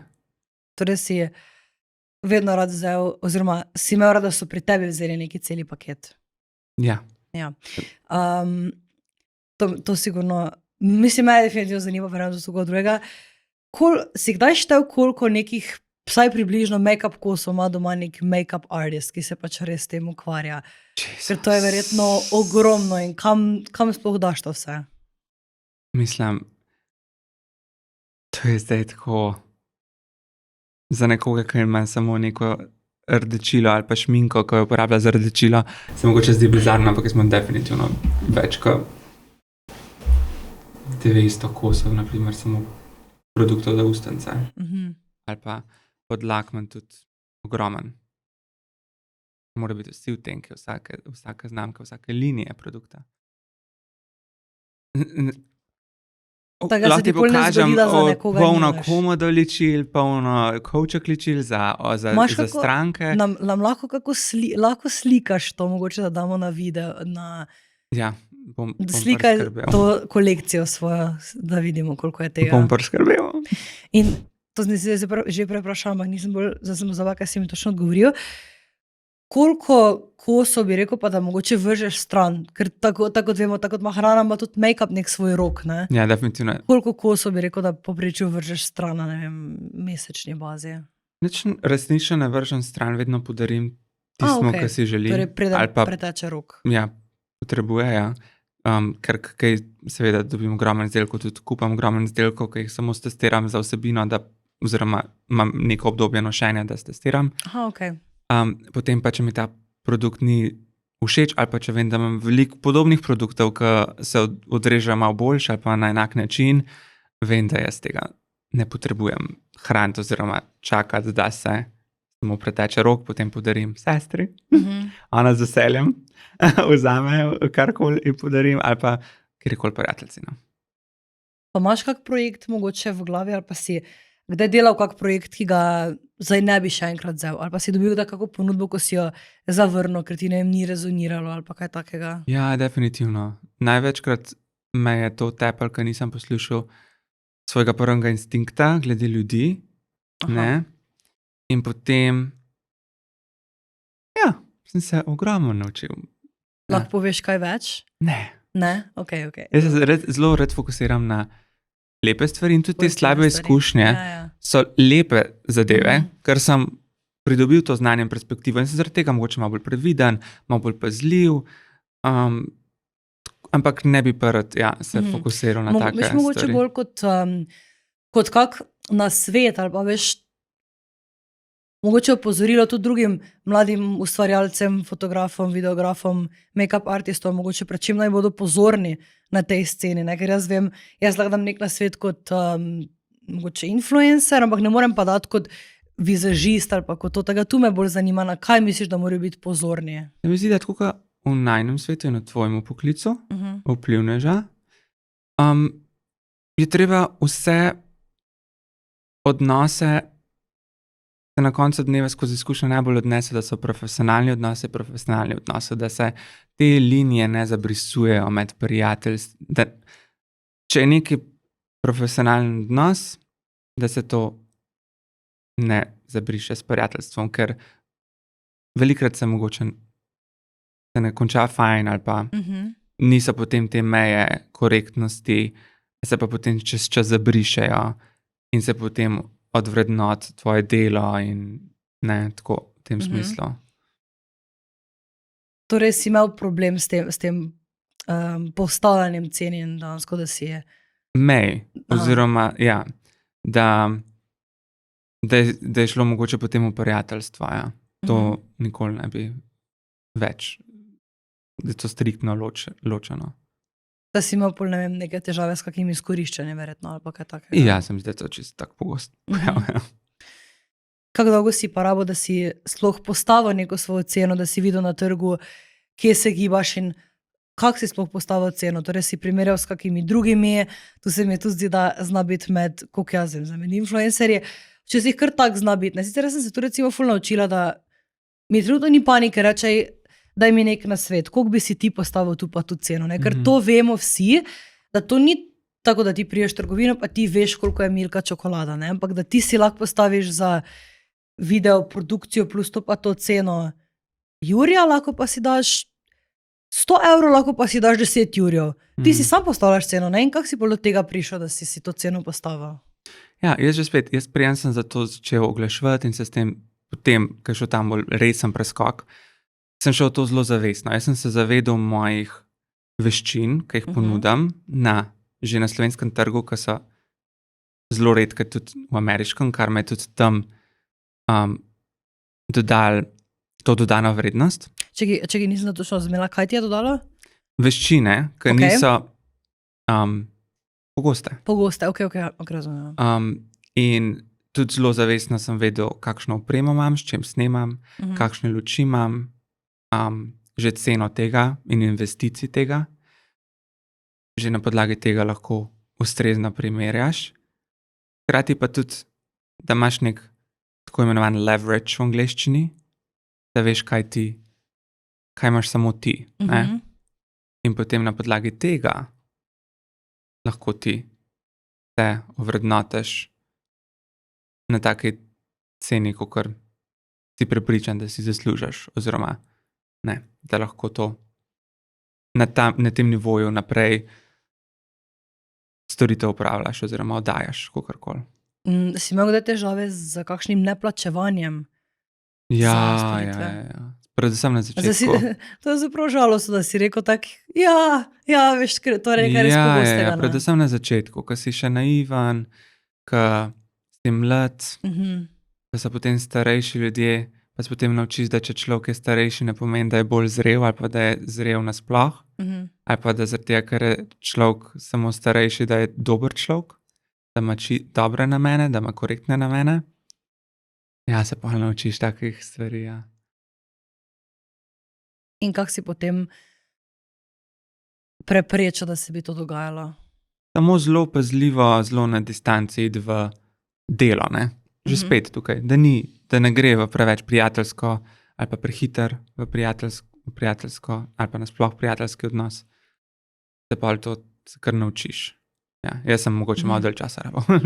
Pa ponavadi podpisuješ pogodbe raje kot pa kar tak? Ja, najbolj se zavarovati, ja.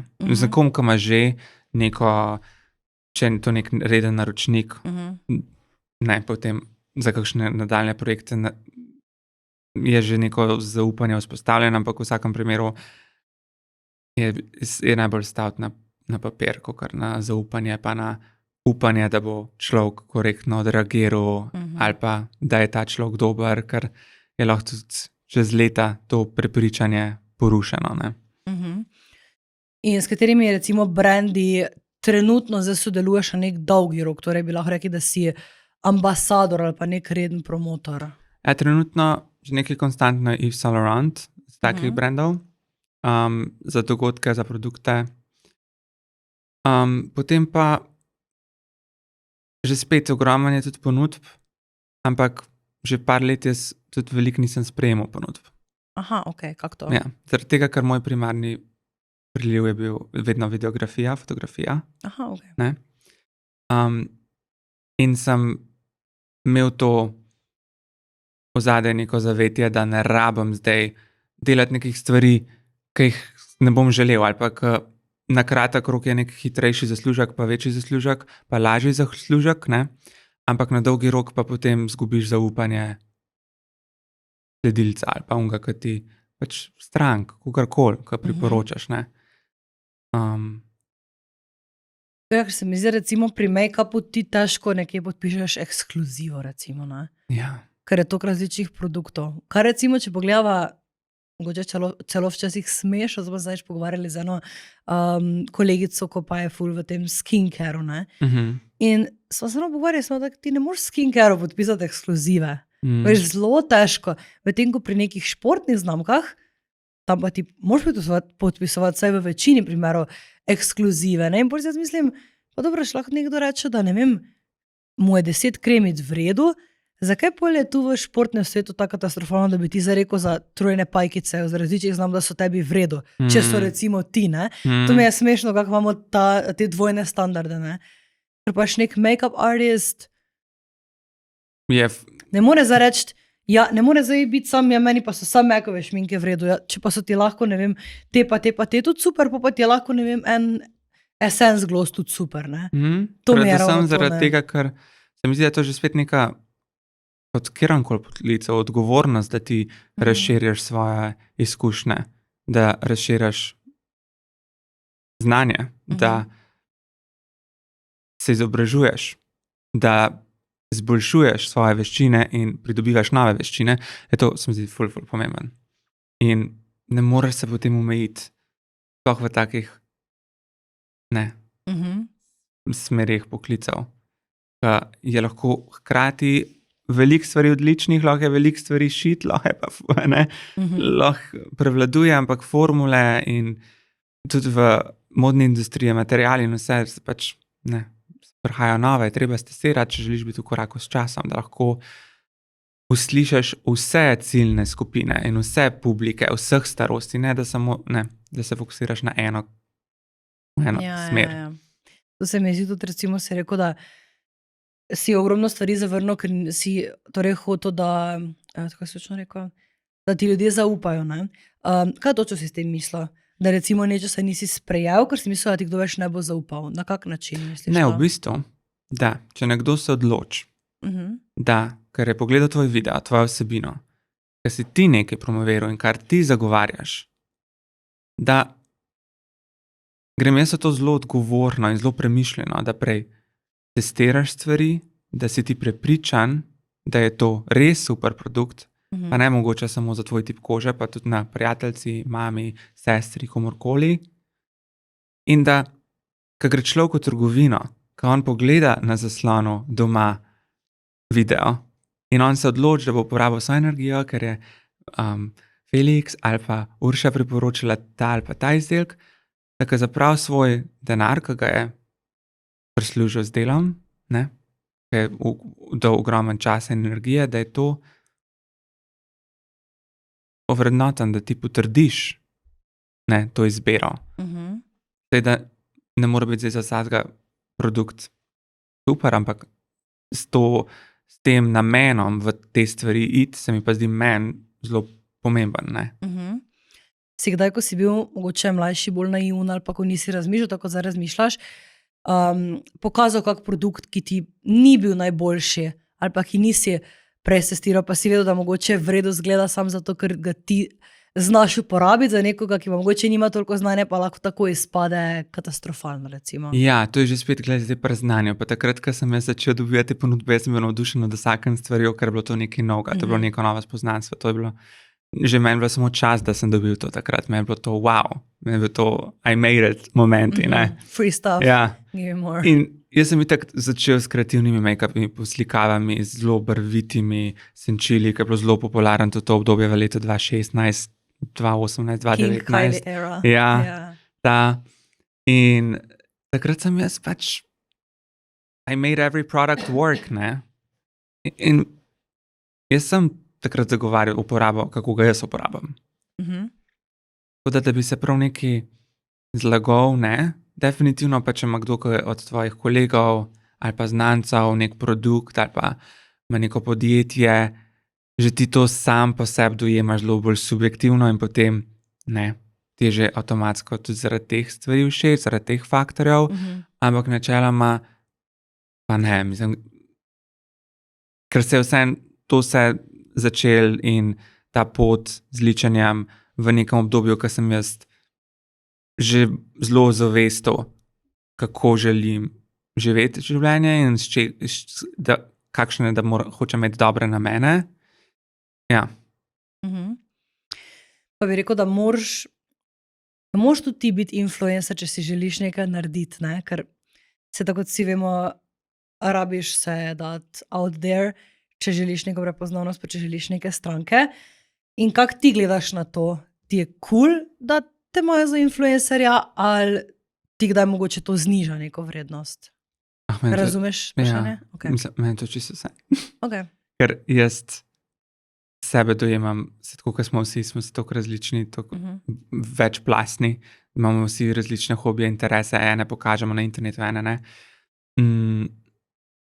In ne, nisem nikoli tega tako vzemal. Sem kaj nisem odgovoril. Ne, si. Zaglede influencerstva. Če v bistvu ti je okej to, če ti je trenutno vrel ta prepoznavnost, si bi mogoče kdaj želel, da ne bi bil prepoznaven, da ko bi kam šel, ne bi vedeli ljudje, kdo si je.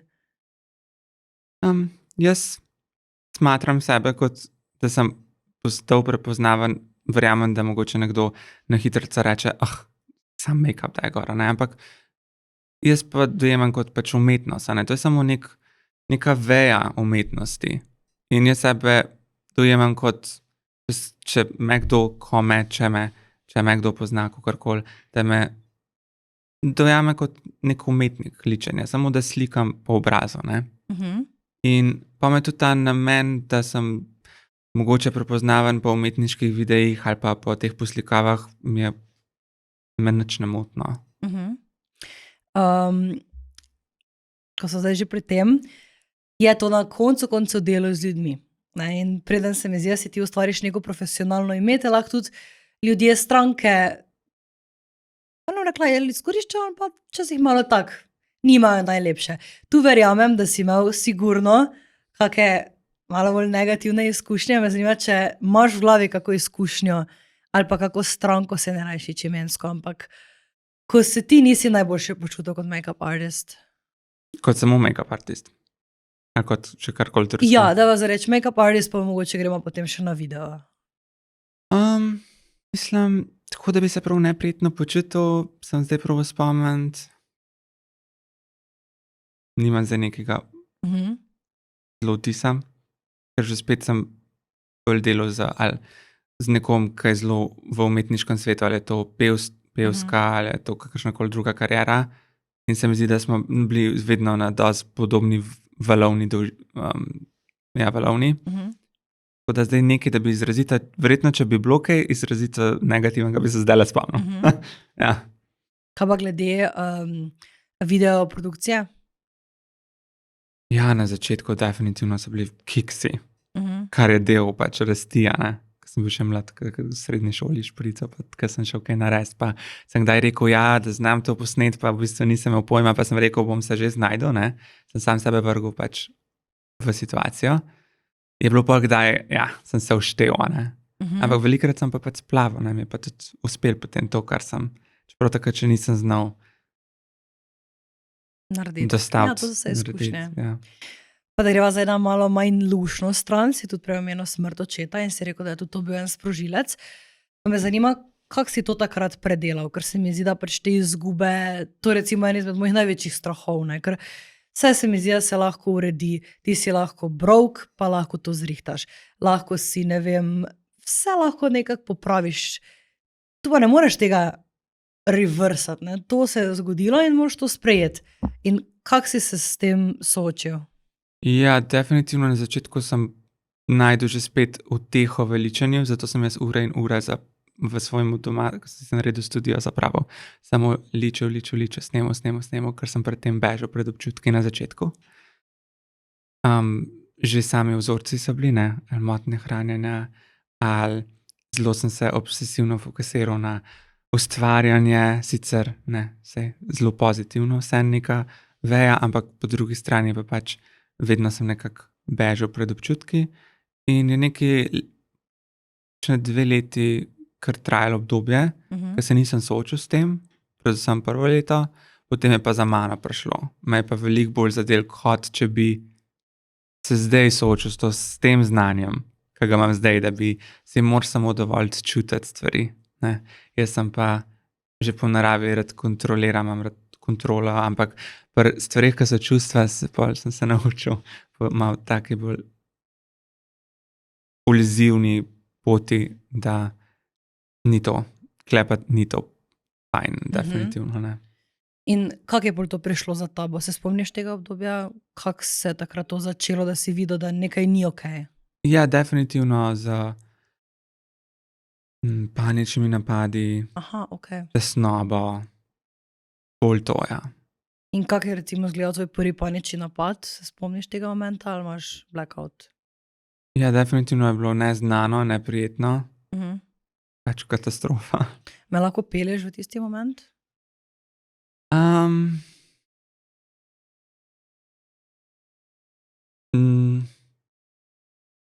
Ne. Ne bi? Okej, razumem definitivno. Ker to so vseeno stvari, ki so kar težke, ne? In se mi zdi, da se dosti ljudem dogajajo, pa se mi zdi, da ne govorimo toliko o tem, tako recimo tudi moški pa motnje hranjenja, ne? Se res redko govori o tem. Si te panične napade predelal ali še jih imaš zdaj? Ja. Sem se tega Si lotil. se, okej. Ja, tega takrat pol tem, ker je bilo to toliko prevladalo takrat moje življenje za kar dolgo obdobje, sem se tega že spet lotil proaktivno. Naredil sem vse, kar sem lahko, sem našel vso pomoč, ki obstaja. Ne, samo tako. In ja, sem pač prevzel odgovornost, ker itak nič ne moreš narediti, nisem mogel sam, ne, zato sem pač našel nekoga, ki je strokovnjak, ne. In definitivno mi je to obdobje kar ene parih let zelo pomagalo, no. Tako da sem zelo pristaš, da se, če nisi strokovnjak, če je nekaj neznanega, da se ne posluša mogoče nekoga, ki ni v stroki, ki nima znanja, zato ker ni izobražen, zato ker ni kvalificiran, zato da se res posluša te ljudi, ki so vložili toliko časa in toliko let v reševanje specifičnih problemov. In kaj torej so ti rekli strokovnjaki tukaj, kako se nekako najboljše loti teh paničnih napadov, če zagreva direktno v to? To se mi zdi mogoče že spet z tega vidika, ker jaz nisem strokovnjak, jaz lahko iz zasebnih izkušenj. Se mi zdi to tudi malo, da bi jaz zdaj rekel, da to pa to se mi zdi tudi malo nevaren, ker je tudi take težave, nisem lahko, ne. Vse, kar bi rekel, je res, da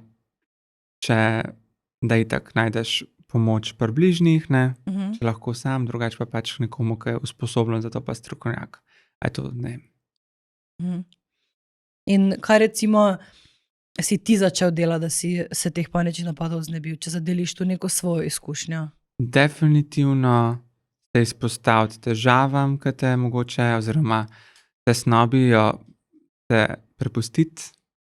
Tako da glavno je bilo pač takrat prepuščanje. Pri meni osebno problem, ne, ker je to tako široko in tako, ne. In seveda pač potem skozi pogovore, ja. Kako pa si nekako predelal oziroma se potem soočil s to izgubo? Ja.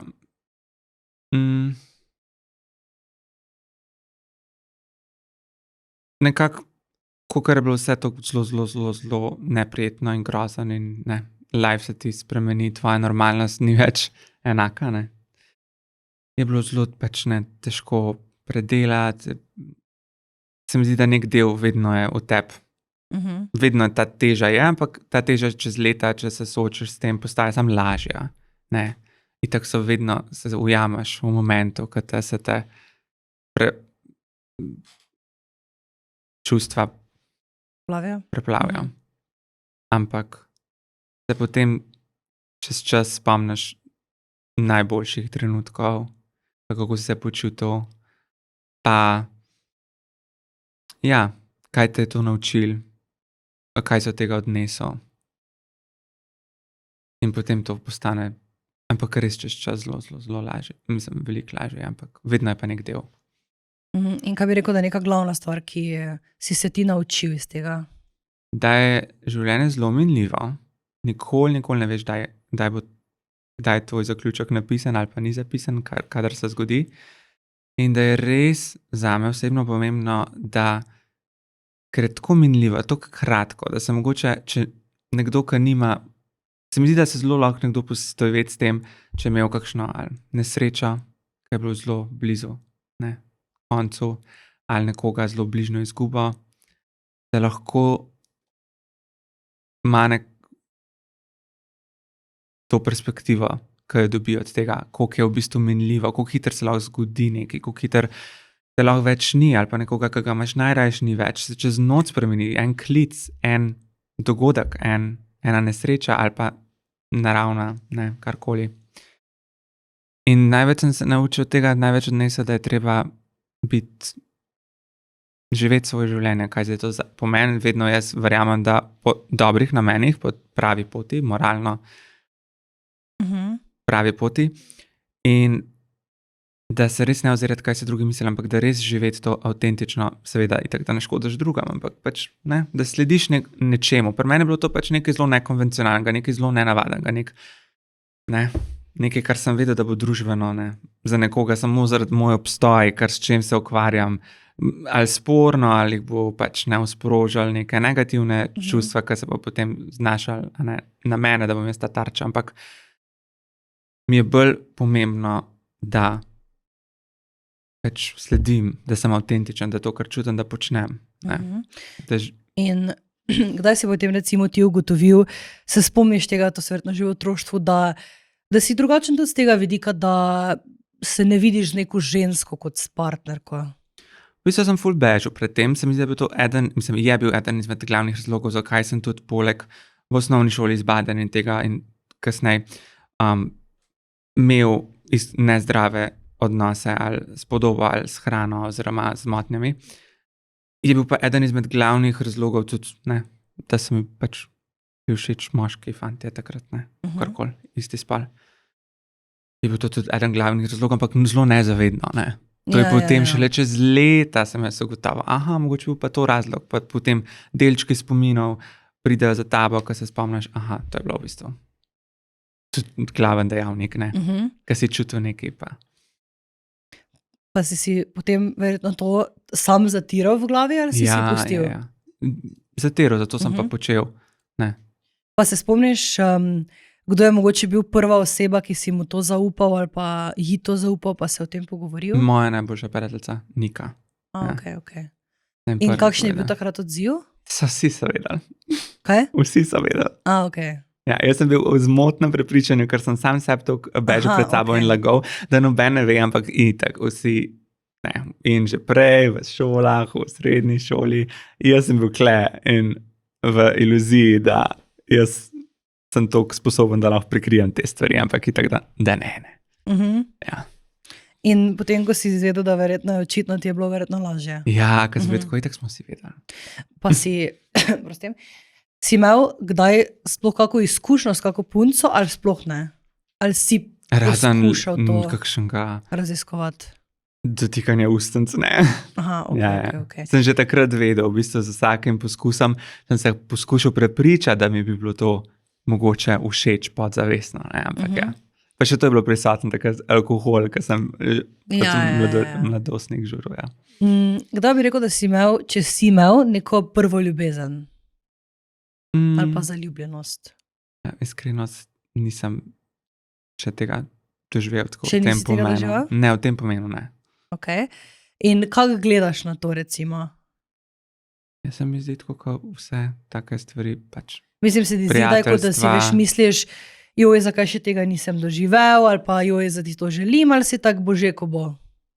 Ne, res je, s tem se pa res ne obremenjujem, zaradi tega, ker sem jaz dozorel v smislu, sem dosti pozen, ker sem ugotovil, da sem sam sebe priznal, da sem mi všeč na isti spol. Kdaj je bilo to približno, koliko si bil star? Skoraj 20, no. Okay. Ja, tako da, ne. In potem sem si šele počasi dovolil raziskovati oziroma dati idejo, pa preden sem sploh ponotranil, da sem sam sebe sprejel, je tudi trajal par let. Ne. Tako da bi rekel, da šele zadnje 2 leti, da sem tako se res ponotranjil to. Ja.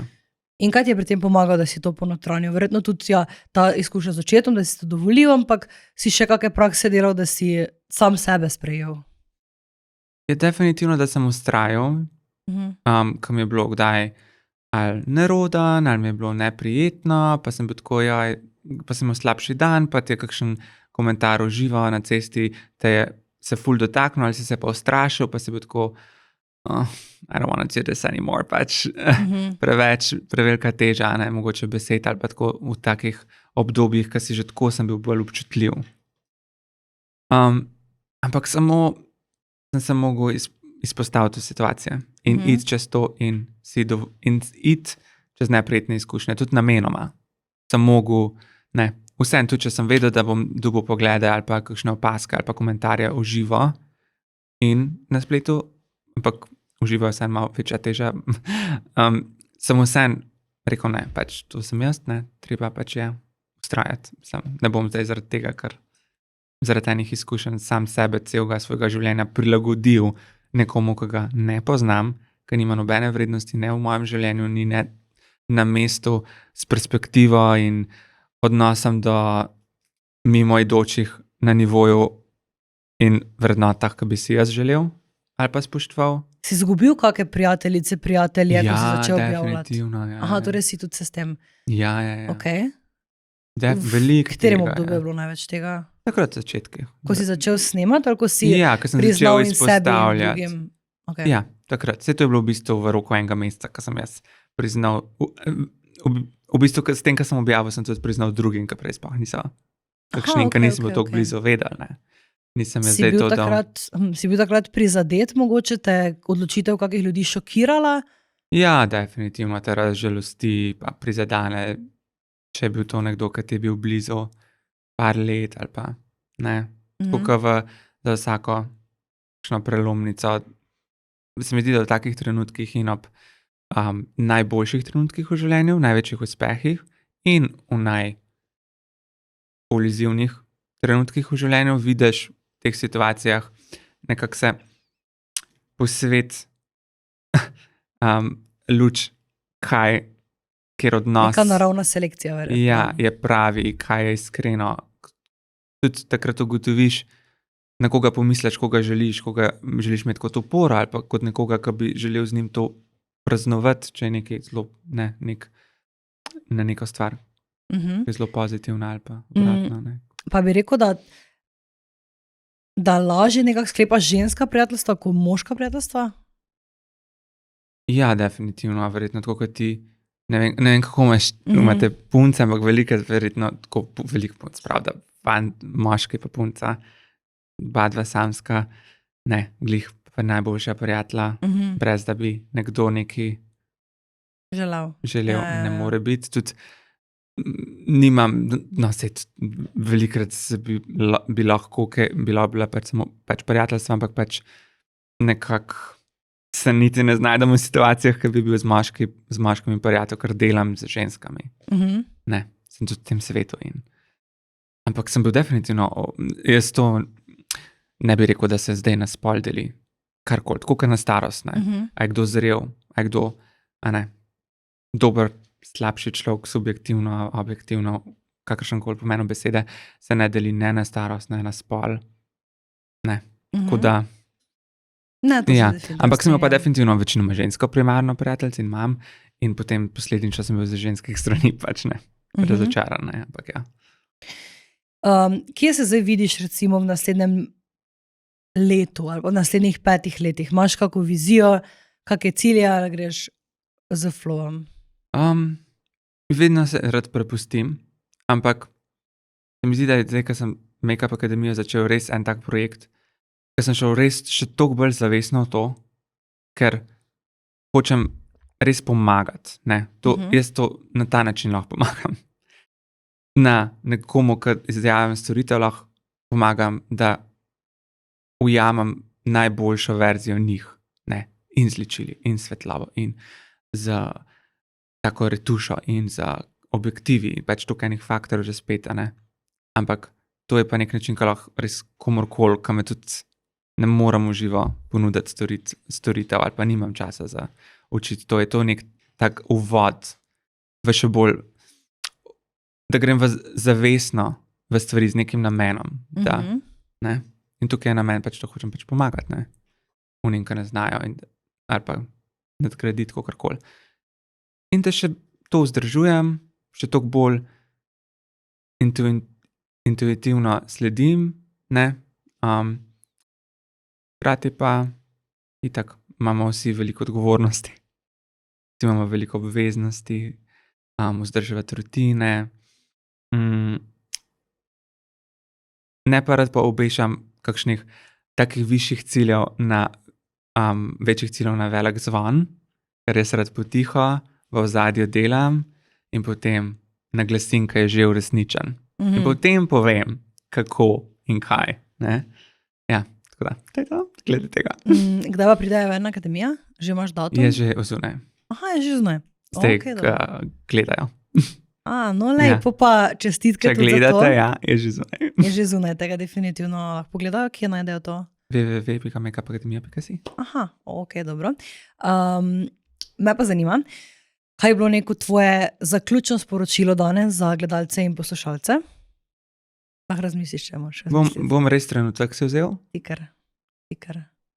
Ja, mislim, da poslušati sebe in poslušati druge, ki ti želijo dobro, ki ima najboljše želje za tebe, hkrati pa res, da živiš življenje za sebe, ker je res ni vredno, pa to hitro minejo leta, starejši, ki si, več odgovornosti imaš, bolj opaziš, da gre hitreje mimo čas in potem se ozreš nazaj, če ne slediš samo sebi in lahko hitro kaj obžaluješ, hkrati pa tudi, da nikoli ni prepozno, da nekaj začneš, ne?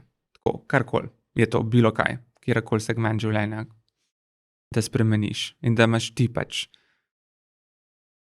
odgovoren za sebe in imaš to, da se lahko odločaš, da boš spremenil vse, ali pa pač v kakršenkoli pomenu beseda, ne. To je neka tako, ne glih misel, ampak je neka ideja, kaj bi, iz česa si lahko vsak pol po svoje razlaga in ja. Zelo lepo. Hvala ti, upam, da ti je bilo fajn. Hvala Vem, da tebi. si bil malo živčen. Na začetku definitivno, Ja, zdaj saj sem hitro se bilo. sprostil, Ja, ampak sej je vseeno, tako si navajen bil pred kamerami, pa se mi zdi, da po enih 10 minutah, če odklopiš, da so tu. ja, Ja. ja, Hvala ti. hvala tebi. In definitivno si pogledajte, če vas zanima, jaz mislim, da lahko ogromno znanja pridobite. Tej pa želim še ogromno uspehov. Hvala enako, Urša. Thank you. Čau.